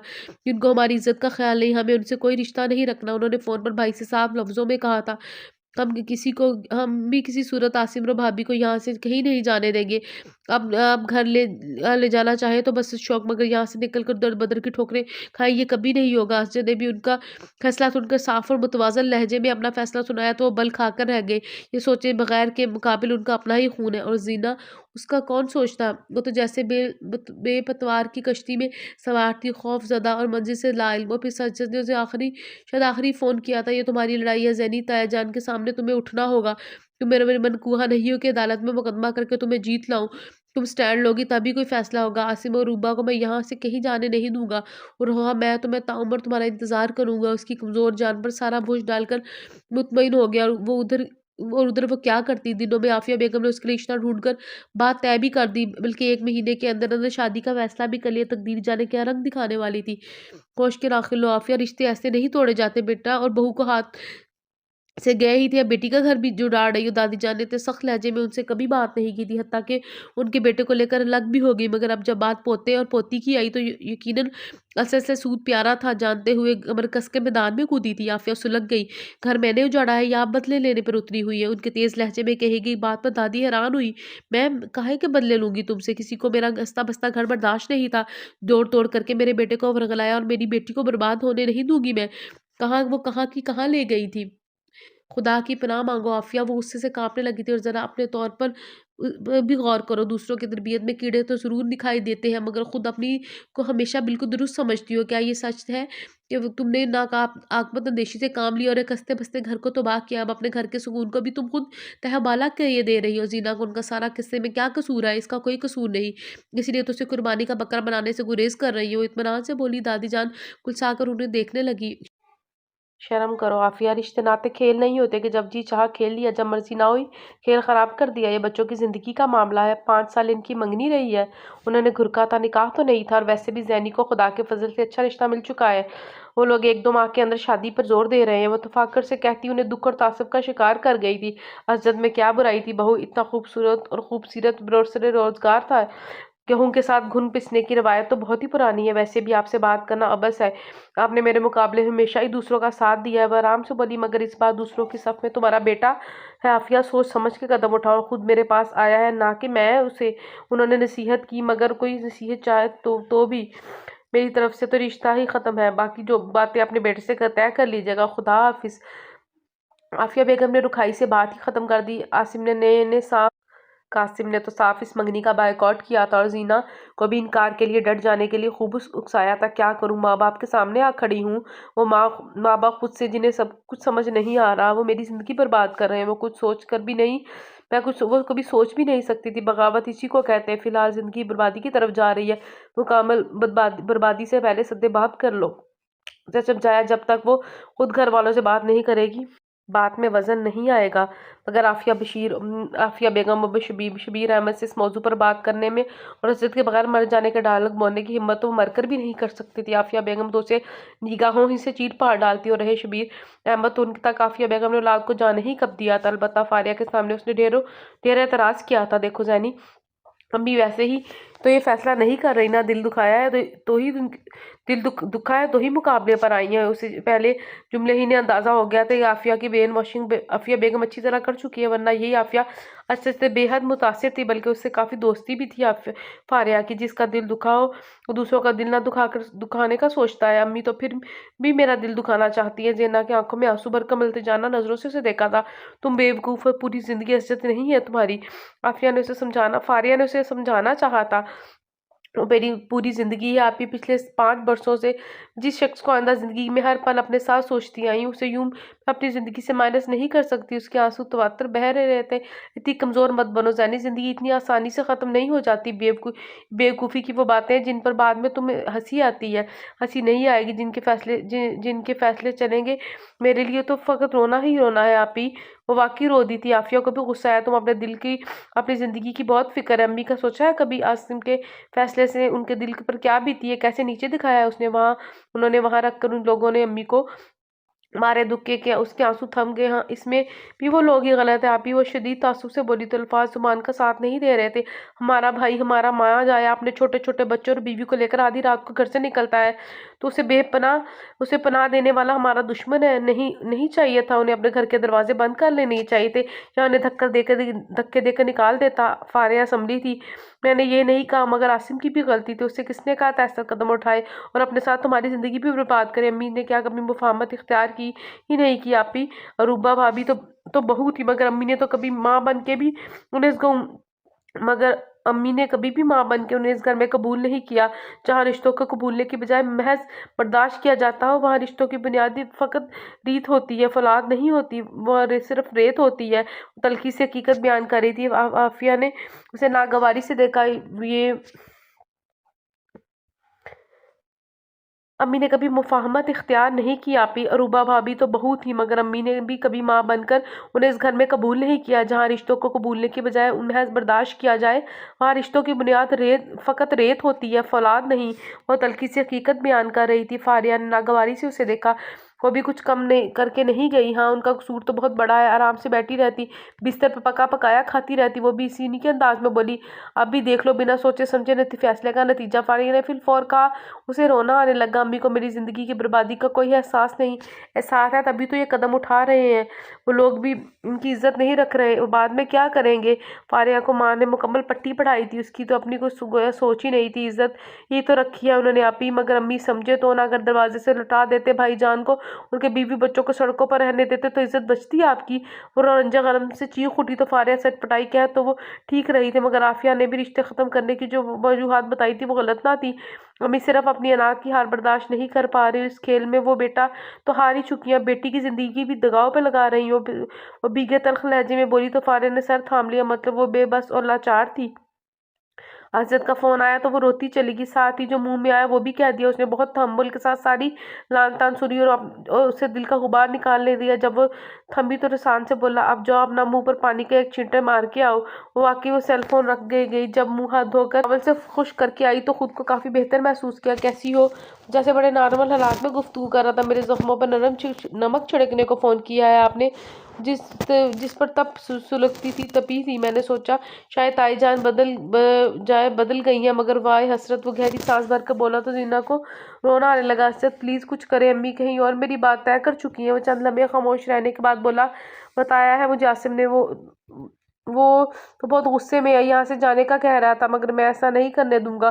कोई ठिकाना नहीं है उसके पास, हमारा क्या होगा। जब उसकी आवाज़ कब कब आई थी। देखो जैनी, आसिम को यहाँ से चले जाना मसले का हल नहीं है। जो कुछ होना था वो हो चुका, मगर वो यहाँ से चला भी जाएगा तब भी ताईजान जितनी आगे बढ़ चुकी है, उनकी वापसी मुश्किल है।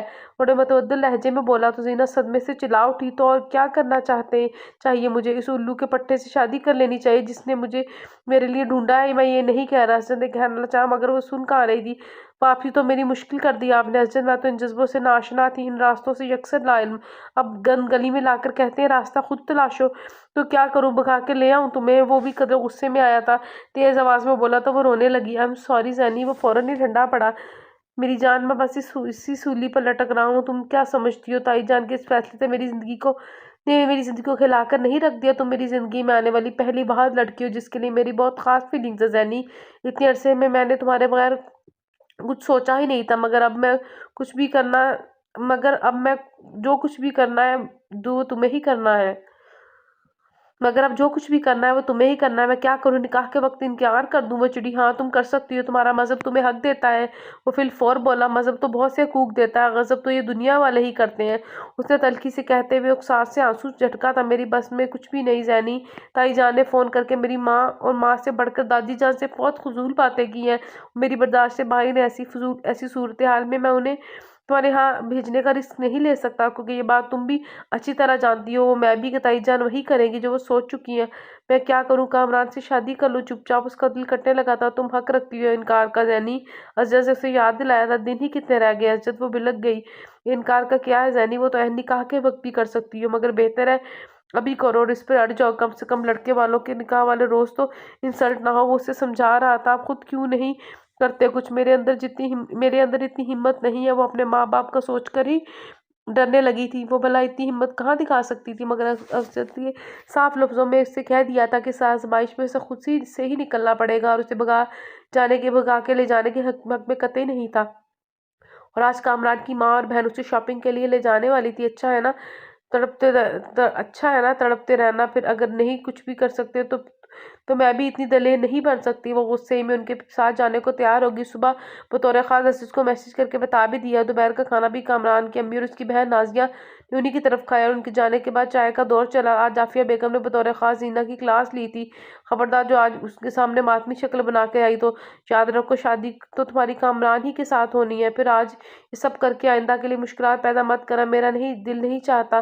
वो रोने को थी, मगर कोई रोता देखने को तैयार ही नहीं था। वो गनाई, फिर मैं तुम्हारे बाप से बात करती हूँ। ये दिल की बातें उन्हीं को बताना। उनकी धमकी महज धमकी नहीं थी, ये जीना अच्छी तरह जानती थी। ऐसे से बात होने के बाद उसने सोच लिया था अब वो हंसी खुशी कामरान के घर वालों के साथ जाके शॉपिंग करेगी। मोहब्बत का दावा तो वो भी करता था, इतनी आसानी से बर्दाश्त कर पाएगा? मगर अब जबकि उनके साथ गाड़ी में चली आई तो दिल डूबने लगा था। तो क्या मैंने अजय से बिछड़ने की पहली सीढ़ी पर कदम रख दिया है?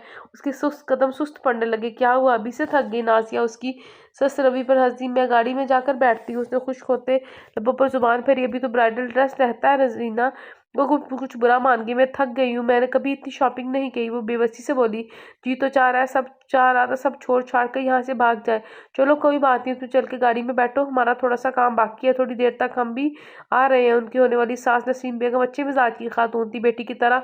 उन्हें जरा जरा सी बात पर बुरा मानने की आदत ना थी। अब भी उन्होंने जीना की जर्द पड़ती रंगत पर सर्स खाया था। गाड़ी में ड्राइवर होगा, वो हिचकिचाई। तुम जाकर बैठो, वो खुद ही बाहर चला जाएगा, कहने की जरूरत नहीं पड़ेगी, हमारा बस 15 मिनट का काम बाकी है। उन्होंने उसका सुखसार थपथपाकर तसल्ली दी। लहजा तसल्ली हमें इस लहजे में कहा तो उनका शुक्र अदा करती। शॉपिंग प्लाजा के बैरूनी दरवाजे की तरफ बढ़ गई, जाने बगैर कि कोई घर से शॉपिंग सेंटर और प्लाजा से बाहर जाते हुए भी उसके ताकुब में है। ऑटोमेटिक डोर से बाहर निकलते ही किसी ने एकदम से उसकी कलाई थामी तो जीना की चीख निकलते निकलते रह गई। सरस से जिसारत करने वाले को देखा और उसको सामने पाकर मुतहैयर हो गई। कुछ कहे बिना उसका हाथ हमें एक तरफ चल दिया, साथ ही जीना बेजान कदमों से जैसे घिसटती जा रही थी। प्लाजा के बिल्कुल पास ही मौजूद छोटे से कैफे में लाकर उसने जीना का सर पड़ता हाथ छोड़ा था। वो एकदम से कुर्सी पर गिर गई। वो उसके मुकाबिल बैठा था। अब बताओ क्या हाल चाल है? वो बेहद बशाशियत से पूछने लगा। जिन्होंने खफासी निगाह उस पर डाली। मौसम की मुनासब से जीन्स पर गर्म शर्ट चढ़ा, वो लेदर की ब्राउन जैकेट की हाफ जिप खोले हुए था। गोया किस कदर इत्मीनान और आरामदेह सूरत हाल में था। वो मजीद चाकी हुई। बहुत अच्छे हाल में हूँ, अल्लाह का शुक्र है। उसे जलाने के लिए कहा तो बरजस्ता बोला। हाँ वो तो मैंने देखा है, पिछले 2 घंटे तो जैसे तुम अपनी शादी की शॉपिंग कर रही हो, दिल लगा कर। जीना को रोने आने लगा। एक तो इतनी बड़ी मुश्किल का शिकार थी, ऊपर से वो तंजिया मजाक करने का अंत पहुंचा था। मेरे बस में जो कुछ है वही करूंगी ना? वो तड़की थी। हाँ ठीक है, औरतों के बस में बस यही अच्छी अच्छी सलाहियत होती है, शॉपिंग ही करती रहना। वो सर हिलाकर बोला। आप? वो गुस्से से कुछ कहते कहते लब भीज गई। असद ने दिलचस्पी से उसके लाल भवोका होते चेहरे को देखा। मुझे इस तरह लाने का क्या मकसद है? उसने बेगानगी से पूछा था। आई एम सॉरी, तुम्हारी शॉपिंग में खलल पड़ा, मगर मेरा दिल चाह रहा था तुमसे मिलने को। वो मजे से बोला था। मिलने को या दिल दुखाने वो कुड़ी थी। दानिस्ता उसकी तरफ देख नहीं रही थी। इतने शानदार बंदे से जुदाई अब यकीनी थी तो दिल क्यों ना दुखता, मगर इधर तो जैसे किसी को परवाह ही ना थी। जरा सी जो मुस्कुराहट भी मान पड़ती। मैं क्यों दिल दिखाऊंगा भला, 1.5 घंटे तो तुम्हारे घर के बाहर खड़ा हूँ। आई मीन गाड़ी में बैठा था। अब जब से तुम्हारा SMS मिला कि तुम शॉपिंग के लिए जा रही हो आज, वो कह रहा था। जीना का दिल कदरे खुल सा गया। उसे फिक्र थी तभी तो पिंडी से यहाँ तक का सफर करके आया था। क्या फायदा इस दौड़ लगाने का, अब क्या बाकी रह गया है। बाकी उसे याद करके फिर से रोना आया तो जब्त करने करने को इधर उधर देखने लगी। फायदा क्यों नहीं, वो उल्टा उसे पूछने लगा। कोशिश करके हारना सुकून आवर होता है। आप क्या कोशिश करेंगे, आप दिन ही कितने रह गए हैं पीछे। जब पहले मैंने कहा था तो आपका जवाब था तुम्हें खुद कोशिश करनी है, तो फिर अब क्या तमाशा देखने आए हैं। फट पड़ी तो उस ने आराम से कहा, यही तो चाहता था कि तुमको स्टैंड लो हूँ। उसने सर झटका। मैं अपनी अम्मी अब्बू के सामने कुछ नहीं कर सकती। पता नहीं ये साफ गोई थी या अपनी बुजदरी का एतराफ। आसिम वहां से जाने को तैयार है, मगर मैं जानता हूँ ताईजान अब कभी भी दोबारा रिश्ते के लिए हामी नहीं बनेगी। तब वक्त या लड़के वाले खुद इनकार ना कर दे। वेटर चाय रख कर गया था। असजद ने कप उठाने का इशारा किया। वो संजीदगी से कहा, इसका दिमाग खराब हो गया जो मुझे इतनी महंगी शॉपिंग करवा रहे हैं। अगर इनकार ही करना होता तो इसके सस्ते तरीके भी मौजूद थे। वो चिढ़ गई। सर बुरी तरह दुखने लगा था। सो दिल जमी से चाय का कप था। मैं ऐसे में कतन ध्यान न रहा कि वो होने वाली सास और नंद के साथ आई थी और अब वो उन्हें ढूंढ रही होगी। असद ने चाय का घूंट पड़ते हुए निगाह उस पर डाली। ददीज तराश के लिबास में मनबूस दुपट्टा शानों पर डाले वो अच्छी लग रही थी। ऐसे में उसका खफा खफा का अंदाज असजद को पहले से कमजोर लगी। उसकी निगाहों की तपिश ने जीनिया को पहलू बदलने पर मजबूर कर दिया तो मुस्कुराकर चाय खत्म करने लगा। जीने ने चाय खत्म करके कप रखा और कुर्सी खिसका कर उठने लगे। असजद ने उसका हाथ पर अपना हाथ रखकर उसे रोका। किधर, मैं लेट हो रही हूँ। नादिया और आंटी इंतजार कर रहे होंगे।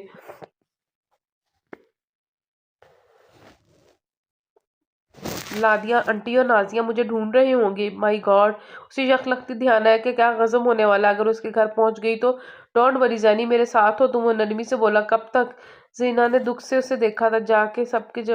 जाके सबको जवाब मुझे देना है। आपका एडवेंचर तो यहीं पर खत्म हो जाएगा, बता देना। चाय पीने रुक गई थी। 100 वाट वो लापरवाही से बोला तो जीनिया ने अपना हाथ खींचा और कुर्सी से टेक लगाकर बैठ गई। हंसते जेब की अंदरूनी जेब में से कुछ एल्बम निकाल कर उसके सामने रखी। मुस्तज़ई अंदाज से देखने लगी। कुछ यादें। हल्के से मुस्कुराए जीनिया ने एल्बम खोली। पहली वो तस्वीर थी, देखकर उसे जोरों का रोना आने लगा। ये तब की तस्वीर थी जब वो पिंडी गई थी और उन्हें बाहर लेके गया था। निमरा और कुछ अहमद ने उनकी तस्वीरें बनाई थी। ढेरों तस्वीरें जिनमें सिर्फ और वो रस जैसे कितने काश, कितने शादा और फरमा। मुस्तकबिल के अंदेशे से बेखबर आंसू उसके रुखसार पर उतर आया। असजद ने लब भींचे थे। हकीकत तो ये थी कि वो भी कुछ नहीं कर पा रहा था। ये कामनी सी लड़की बड़ों ने जिसे इसकी शरीके हयात बनाया था, कैसे आराम से उसके दिल में उतर गई थी। और अभी तो ख्वाबों का सफर शुरू हुआ था। अभी तो उसकी तबीरें मिलनी थी और ये जुदाई ये तो कहीं ना थी दोनों के बीच। पासा ही पलट गया। तुम पिंडी चलो मेरे साथ, वो दफ्तन बोला।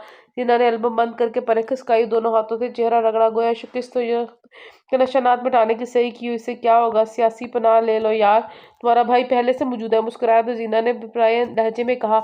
अब कैसी हालत में भी मजाक सूझ रहा है। मजबूर हूँ, क्या करूँ।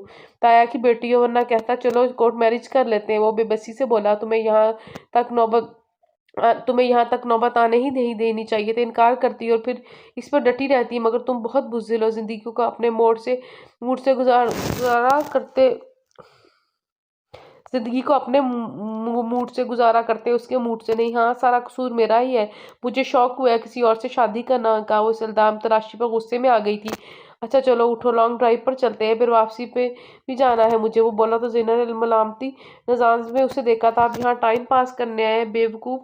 वापसी पर तुम्हें घर छोड़ूंगा, ताया जान से मिलूंगा। हंसते हुए बोला जीना को खौफने के लिए। नहीं, मैं इन्हीं के साथ वापस जाती हूँ, घर में क़यामत बच जाएगी। उसने मोबाइल स्क्रीन पर वक्त देखा। अभी आधा घंटा ही हुआ है, शायद ही वापस आई होंगी। शट अप, अब तुम मेरे साथ चल रही हो। और आराम से बोला।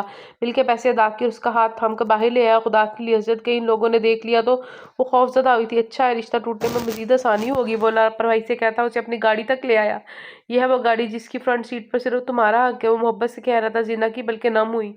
अब क्या होगा इज्जत, क्या हम कभी मिल नहीं पाएंगे। वो जर्द रंज में कह रही थी। नहीं, कभी कभी मिल लिया करेंगे। एक चाबी घुमाते हुए शरारत से बोला तो वो चिल्ला उठी, आप बस यही कर सकते हैं और बस घर छोड़ दें मुझे, इतनी जल्दी, अभी तो लॉन्ग ड्राइव हो मत। उससे हुआ तो अजीना ने दांत पीसे, भाड़ में गई आपकी लॉन्ग ड्राइव, आप मुझे घर छोड़ते हैं, मैं रिक्शा कर लूँ। वो गुस्से से लाल टमाटर हो रही थी। कम ऑन जैनी, इतना गुस्सा क्यों कर रही हो? पार्किंग लॉट से गाड़ी निकालते हुए वो तो शान से बोला, हाँ मैं क्यों गुस्सा करे, मुझे तो खुशी से फूले नहीं समाना चाहिए। आखिर को 5 साला मंगली टूटी है और मेरी, और उससे भी बढ़कर फ़ख्र तो इस बात का होना चाहिए कि साथ ही दूसरा रिश्ता भी मिल गया और अब शादी की तैयारियां जारी हैं।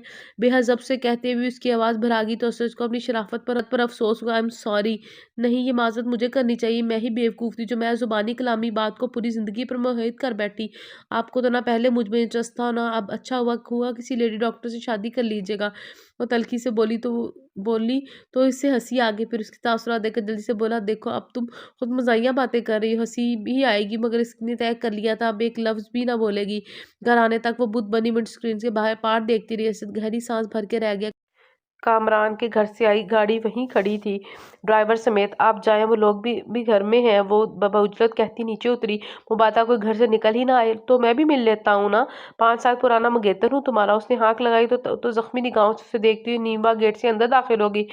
अंदर आने तक असद का साथ भुला बैठी थी, सिर्फ जुबान पर जलालतू का वर्ड था। उसे खबर थी कि आफिया बेगम उसका हशर करने वाली। मैं तो कॉल करके थक गई, मगर उसका सेल ऑफ था। शायद फारिया की आवाज़ कॉरिडोर के सिरे पर ही उसे अलर्ट कर गई। उसे ख्याल था अपना मोबाइल उसने ऑफ करके पर्स में रखा था, तो वो रुक गई। खुदा खैर करे, शायद के हालात वैसे भी ठीक नहीं। कामरान की अम्मी की आवाज़ सी से पेशानी टपक रही थी। मैंने तो जीती जागती बच्ची आपके हवाले की थी। मुझे तो समझ नहीं आती कि आफिया बेगम अपने लहजे की तेज़ी पर कंट्रोल नहीं कर पाई थी। कमाल करती हैं आंटी, आपका क्या ख्याल है कि खुदा न खास्ता हमने उसे कहीं इधर उधर कर दिया? नाजिया को सख्त गुस्सा आया। इतनी आसानी से आप बरी जुमा भी नहीं हो सकती। हमने आपसे के साथ भेजा था और अब सूरत हाल ये है कि उसका कहीं अता पता ही नहीं, मोबाइल भी ऑफ है। फारिया ने भी उन्हीं को बरूद इल्ज़ाम ठहराया तो वो दोनों माँ बेटे गुस्से में आ गई। दोनों तरफ से तंदो तेज मुकालमों का तबादला जारी था। जीना को मंजर आम पर आने के लिए अपनी तमाम तर हिम्मत मुजतमा करनी पड़ी। उसके लाउंज के सिरे पर नमूदार होते ही एकदम खामोशी आ गई। ये ले आ गई आपकी बच्ची। कामरान की अम्मी ने तंजिया का। आफिया बेगम बेख्तियार उठ के उसकी तरफ बढ़ी। कहा थी, तुम जीना पता है किस कदर परेशान हो रहे थे? वो खामोश नहीं, एक दिल में था जो आवाज़ बुलंद खौफ धक धक कर रहा था। पूछ ले इससे, हम इसे अपनी गाड़ी में ही बैठने को कहा था। नाज़िया तल्खी से कहा थी तुम? फारिया ने तख्ती से पूछा। उसे बिखती सूरत हाल का दराक हो रहा था। वो मैं प्लाजा से निकली तो मुझे गाड़ी ही नजर नहीं है। मैं वापस गई तो ये लोग भी नहीं थे। मैं कितनी देर वहां ढूंढती रही। थूक निकलते हुए उसने माजत खाना अंदाज में कहा, और तुम्हारा मोबाइल? आफिया बेगम की ने उसकी हवाइयाँ उड़ती शक्ल को बगौर देखा। वो इसकी बैटरी ऑफ हो रही थी। आई एम सॉरी। वो बारी बारी सबकी शक्लें देख रही थी। मेरे ख्याल में हम चलते हैं, काफ़ी देर हो गई है। नाजिया ने बहुत संजीदगी से कहा था। सॉरी नाजिया बेटा, बस जज्बात में आकर मैं कुछ उल्टा सीधा कह गई। आफिया बेगम को समझाना का ख्याल आया था। कुछ नहीं, आप काफ़ी कुछ उल्टा सीधा कह गई हैं। नाजिया ने उन्हें जताया तो शर्मिंदा से हो गई। सिचुएशन ही ऐसी थी बेटा, वरना ऐसे रिश्ते तो बाहमी एतमाद की बुनियाद पर ही चलते हैं। फारिया ने निगाह से पाट चेहरा लिए जीना पर थी। ये बात और उसे बात कुछ और ही लग रही थी। बहरहाल अब काफ़ी देर हो गई, हम चलते हैं, फिर मुलाकात होगी। अभी तो टेंशन से वैसे ही तबीयत बिगड़ी हुई है। कामरान की अम्मी का मूड भी कुछ खास अच्छा ना था। आफिया बेगम फारिया उनके आगे बिछ गई, मगर फिलहाल वो रुकने के मूड में कतन ना थी। खड़े खड़े ही रुखसत हो गई। आफिया बेगम ने गहरी सांस भरी। कहाँ गई थी तुम? फारिया ने शकीन अंदाज में पूछा तो आफिया बेगम भी चौंक गई। सीधी घर ही आ रही हूँ, कहीं जाना होता तो क्या वापस आती? उसने उल्टा जवाब दिया था। वो मुतमईन थी, मुझे पता था तुम्हारी बेव की कोई ना कोई रंग जरूर दिखाएगी। इतनी बड़ी गाड़ी नजर नहीं आई तुम्हें? ले देकर हमारी ही इज्जत ख्वार करा दी। मैं तो मुझ पर चढ़ दौड़ी, समझ में नहीं आ रहा कब क्या बनेगा। वो दोनों तो बड़ी नाराज गई है। मेरा तो कोई कसूर नहीं, और ये भी कोई इतनी बड़ी बात भी नहीं कि इसका इशू बनाया जाए। जो होगा देखा जाएगा। वो लापरवाही से कहती अपने कमरे में चलेगी, मगर मुस्तकबिल उसके सामने सवालिया निशान के माने था। जसद का रवैया उसकी समझ से बाहर था। उनके अंदाज में वो शिद्दत और तड़प मफकूद थी जो जुदाई के ख्याल से होनी चाहिए थी। तो याद आया पिंडी की रिहाइश के दौरान वो कैसे पल पल उसका ख्याल रखता था। उसकी बातें, उसके अंदाज, उसकी मोहब्बत यूं ही वो जीना के दिलो दिमाग में नहीं समाया था। मगर अब जीना को रोना आ गया। उसे यकीन नहीं आ रहा था। असद का रवैया तो ऐसा था जैसे कह रहा हो, जान बची सो लाखों पाए। कितने आराम से उसने कह दिया था, अब जो भी करना है तुम्ही को करना है। हालांकि वो जानता था जीना इस मामले में इतनी ही बेबस है जितना कि वो खुद। अगले दिन आसिम चला आया। आफिया बेगम यूँ लापरवाह थी जैसे कुछ मामलात हुए ही ना। आप जैनी के साथ अच्छा नहीं कर रही, मैं तो यूँ भी माँ के सामने बोल लिया था शादी के बाद तो और भी मुंह फट हो गया था। बकौल आफिया बेगम ने तुमने बहुत अच्छा किया सबके साथ, जो उसकी हमायत का परचम उठाकर लाए। वो तंग कर बोली, आपकी नाराजगी मुझसे थी, जो जीना की जिंदगी क्यों बर्बाद कर रही है। वो तब गया था जब तुम्हारी दादी की पढ़ाई पट्टियां हैं, तुम्हें तो ले गई, बेटी को भी उसकी खाई में फेंक दूँ। वो तफक्कुर से बोली तो वो चिल्ला उठा, अभी भी आप यही कर रही है। जानती है आपका इमरान रजा और उसके खानदान के बारे में। बस जिद में आकर जो रिश्ता मिला वो उसको हाँ कर दी। जीना को ठिकाने लगाना चाह रही है। चिल्लाओ मत, ये तुम्हारी दादी का घर नहीं है। वो नागवारी से बोली, हो भी नहीं सकता, वहाँ हर चीज को जायज बात कहने का हक है, चाहे कितनी ही ऊंची आवाज हो। वो तलखी से बोला, तो जाओ रहो वहाँ अपनी बीवी बच्चों के साथ, यहाँ क्या ड्रामे करने आए हो। उन्होंने बेजारी से कहा था। आसिन मुतासिब से माँ को देखा। सारी उम्र जिन्होंने फ़कत अपने आप को ही देखा, अपने जज्बात और एहसासात मफादात को हमेशा दूसरों के जज्बात पर फोकियत दी थी। वो इन लोगों में से थी जो ज़िंदगी की बिसात पर अपनी तरजीहात हमेशा सेट करके रखते हैं, किसी और को इजाज़त नहीं देते कि उनके मोहरों को इधर उधर करे। मगर यहाँ बेजान मोहरे नहीं, बल्कि जीना की ज़िंदगी का सवाल था, जिसे वो किसी तौर बर्बाद नहीं होने देना चाहता था। जिस शख्स को आपने जैनी के लिए चुना है वो अच्छी शोहरत नहीं रखता। जल्दबाजी मत करें, आप असद से उसकी शादी मत करें, मगर कम अज कम उसे यूं खाई में तो ना धकेले। वो बेहद तल्खी से कह रहा था। आफिया बेगम ने हाथ हिलाकर गोया मक्खी उड़ाई, फिर हकारत से बोली, जानती हूँ मैं। अरे सबके सीनों पर सांप लौट गए हैं। यूं चुटकियों में उन्होंने चुटकी बजाकर दिखाई। अच्छा रिश्ता जो मिल गया, तमाशा देखने की हसरत रखने वालों के को मुंह की खानी पड़ी है। लाहौल वाला उनके इतने गुरूर और तफक्कुर पर आसिम सर झटक कर रह गया। और ज्यादा लंबी बहस बहस झगड़ा, चीखना चिल्लाना, कुछ भी आफिया बेगम को अपने इरादे से एक इंच भी ना हिला सका। बहुत पछताएंगी आप। अरे चल, माँ को धमकाता है खबीस, जो तू करके गया है वो भी देख चुकी हूँ। मालिश भर की छोकरी को उंगलियों पर नचा रही है तुझे। वहां रिश्ता भूली हुई थी। नचार आसिम को वापस लौटना पड़ा। अजद के घर वालों ने शबीर अहमद की तेरी मिन्नत समाजत की, मगर उनकी नाक को हाँ में ना बदल सके। बारात दिए गए वक्त पर ही उनके दरवाजे पर आई थी। अरे बच्चे तू क्या करता अरे बच्चे तू कुछ करता क्यों नहीं? इतने आराम से तैयार हो रहा है जैसे बड़ी खुशी की शादी में शिरकत के लिए जा रहा हो। दादी अम्मा को अजद के हीरो बनकर सिचुएशन को ना बदलने पर बड़ा रंज था। अभी उसको टोके बगैर ना रह सकी। हाँ तो शादी का मतलब ही खुशी होता है। जाकर परसा तो देने से रहा। और लापरवाही से बोला, तो तू ना जाके दिल दुखाने का क्या फायदा। वो किसी तो शादी में शिरकत होने को राजी ना थी। भला वो जीना को देख पाती, मगर आफिया बेगम यहाँ भी दिल जलाने से बाज ना आई थी। उन्हें बतौर अहलो अयाल शादी पर इनवाइट किया था, और उसने इसका दावतनामे का यूं खैर मकदम किया कोई अपनी शादी का कार्ड हो। बल्कि बारात में तैयार होने के लिए उसने अपना शानदार सा सूट भी बनवाया था। उसकी पुरस्कार सरगर्मियां घर में किसी को हजम नहीं हो रही। तो रासिम को गुज़श्ता हफ्ते कितनी ही बार शहर से वो और आसिम गुज़श्ता हफ्ते कितनी ही बार शहर से बाहर गए थे। न जाना क्या करते फिर रहे थे। सब घर वालों को शादी में शिरकत का सख्ती से ऑर्डर था। उधर आसिम भी मुतमईन था। जीना की शादी की खबर सुनकर उस पर जो बेचैनी तारी थी, अब उसका नामो निशान भी ना था। वल्लाह आलम मुकर्ररा वक्त पर बारात की आमद से काफी पहले पहुंच गए थे। हजरत के समझाने पर सभी बड़ी बड़ी मुरब्बत का मुजाहरा कर रहे थे। रिश्ते टूटने से रिश्ते तो नहीं खत्म हो जाते ना। और जब मैंने हर बात खुदा पर छोड़ दी है, तो आप भी इसकी रजा में राजी हो जाए। अजय देखा तो सभी ने उसे देखा। वो कितने बावकार और बर्दाश्त के साथ शादी पर शरीक हुआ था। White embroidered navy blue Prince suit में उसकी वजाहत काबिल दी थी। सलाम करके हस्बे आदत आफिया बेगम के आगे प्यार लेने के लिए झुका तो एक लम्हे को वो भी पछतावों में गिरने लगी। एक तो डॉक्टर और ऊपर से लाखों में एक। चलो खैर, डॉक्टर ना सही, प्रोफेसर ही सही, हजारों में एक तो कामरान भी है। उन्हें जल्दी खुद को पछतावे की गिरफ्त से निकाल लिया। अंदर ही अंदर वो उन सबकी बर्दाश्त और हिम्मत पे हैरान भी थी, जो उन्होंने उसकी शादी में शिरकत की करके दिखाई थी। देखने वाले दोस्त रिश्तेदार दार अंगश्ते बदंदान थे। ऐसी रिश्तेदारी निभाने में लोगों से सीखना पड़ेगा। वो उधर बारात की मेहंदी के फंक्शन पर रो रो कर अपनी हालत खराब कर लेने वाली जीना पर दुल्हन बनने के बाद तो जैसे चुप तारी हो गई थी। उसने जिसके हर ख्याल को खुदा हाफिज कह दिया। बेईमान बनकर किसी के निकाह में जाना उसे कबूल ना था, मगर दिल था कि एक चुप ही तारी थी। दिमाग था कि हजारों सोचे और किसी एक पर मरकूज रहने की सकत ना सही। वो अभी भी खुदा से लड़ती आ रही वो अभी तक खुदा से लड़ती आ रही थी। उससे शाकी थी, खफा थी। अब मन गई। मैं तेरी रजा में राजी हूँ। मैं परवरदिगार, तूने मेरे लिए बेहतर। वो अभी भी खुदा से लड़ती आ रही थी, उससे शाकी थी, नाराज थी। अब मान गई थी, मैं तेरी रज़ा में राज़ी हूँ मेरे परवरदिगार, तूने बेहतर के बदले बेहतरीन का वादा किया है, तो यकीनन मेरे लिए इस नई ज़िंदगी में बेहतरी होगी। मैं जिसके काबिल हूँ मुझे उसी का नसीब बनाएगा। मुझे तुझसे कोई शिकवा नहीं है। हर ज़मीन एड़ियाँ रगड़ने के लिए नहीं होती, हर ज़मीन के नीचे आबे ज़मज़म नहीं होता, इस तरह हर ज़िद का अंजाम ख्वाहिश का पूरा होना नहीं होता।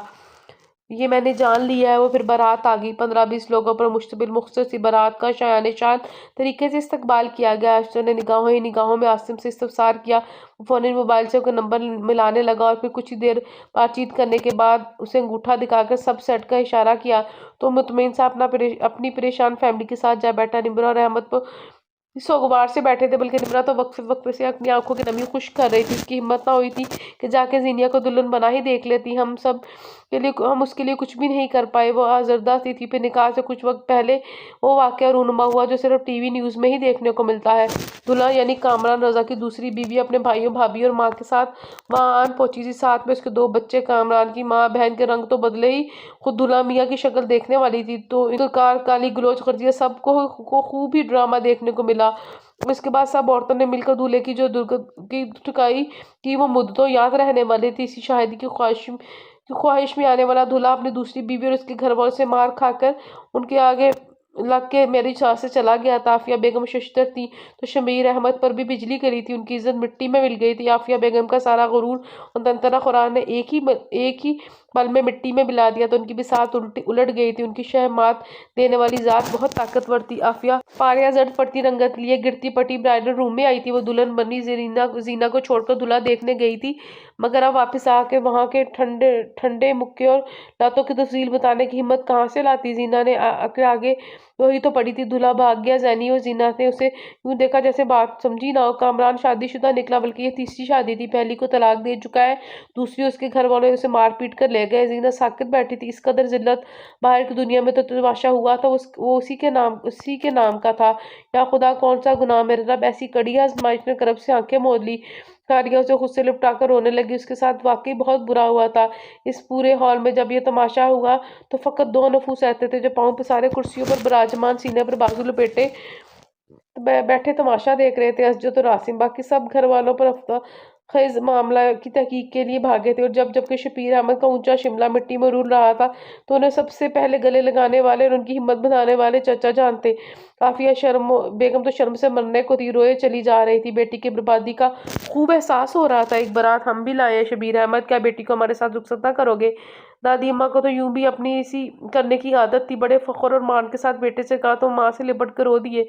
आफिया बेगम का गरूर मुंह के बल गिरा था। क्या इस सारे तमाशे के दौरान उन्होंने कई रिश्तेदारों के और बड़ी धीमी सी मुस्कुराहट ना देखी थी? वो क्यों कर ना मोम होती। चची जान से सामने बिलक उठी तो उन्होंने सीने से लगाकर इज्जत दी। जो तमाशा हो चुका उसे भूल जाओ, जो घर की बातें हैं उन्हें बाहर निकलने का मौका मत दो। बड़े फख्र के साथ बेटी को रुखसत करो। दादी अम्मा ने नसीहत की तो आफिया को पहली बार उनकी नसीहत बुरी नहीं लगी। वो दबक कर उठी। नुखा ख्वान और गुआ अंदर तशरीफ ले आए थे। कौन? वो हजरत का नाम सुनकर साकत सी रह गई तो कुर्बानी का बकरा। उसकी आंखों आंसू से भर गई। जाब और कबूल के मराहिल तय हुए, निकाहनामे पर दस्तखत किए और अपना आप असद के नाम कर दिए। मगर इस तरह से मुझे माफ़ कर देना जैनी, मैं बहुत बुरी माँ हूँ, बल्कि बहुत बुरी औरत कहो। तभी किसी भी अच्छे रिश्ते को अच्छे तरीके से नहीं निभा सकी। रुखसी के वक्त आफिया बेगम उसे गले लगाकर माफ़ी मांगती रो पड़ी तो उसके भी जब्त का हर बन टूट गया। इतना अच्छा फैसला हो गया, इसका मतलब यही है कि खुदा ने हमें माफ़ कर दिया, तभी तो खाई में गिरने से बचा लिया। शबीर अहमद जिंदगी में पहली बार इतनी आजिज़ी दिखा रहे थे। अल्लाह का शुक्र है यार, दूसरी पार्टी टाइम पर पहुंच गई। मैं तो डर ही गया था। आसिम मस्जिद के साथ चिपका हुआ था। अबे साले, मैं तेरी बैंड बजा देता अगर मेरा बैंड बाजा ना बजता। तो वो ज़ेरे लब मुस्कुरा रहा था। निम्रा खुश थी। अमर शाद और आसिम की खुशी का तो कोई ठिकाना ही नहीं था। ये सब आसिम और असजद की ही इन्वेस्टिगेशन और फिर प्लानिंग का नतीजा था। कामरान की दूसरी बीवी और घर वालों को इन टाइम बुलाकर सब मामला ख़त्म कराया था। वो चाहते तो 1 आध दिन पहले भी कामरान की पोल खोल सकते थे, मगर उम्मीदें वाकिफ थी कि आफिया बेगम जीना के लिए कोई और रिश्ता ढूंढने निकल पड़ती, क्योंकि चोर चोरी से जाए, हेरा फेरी से नहीं। मगर यूं इन टाइम वो जानते थे कि असजद ही फर्स्ट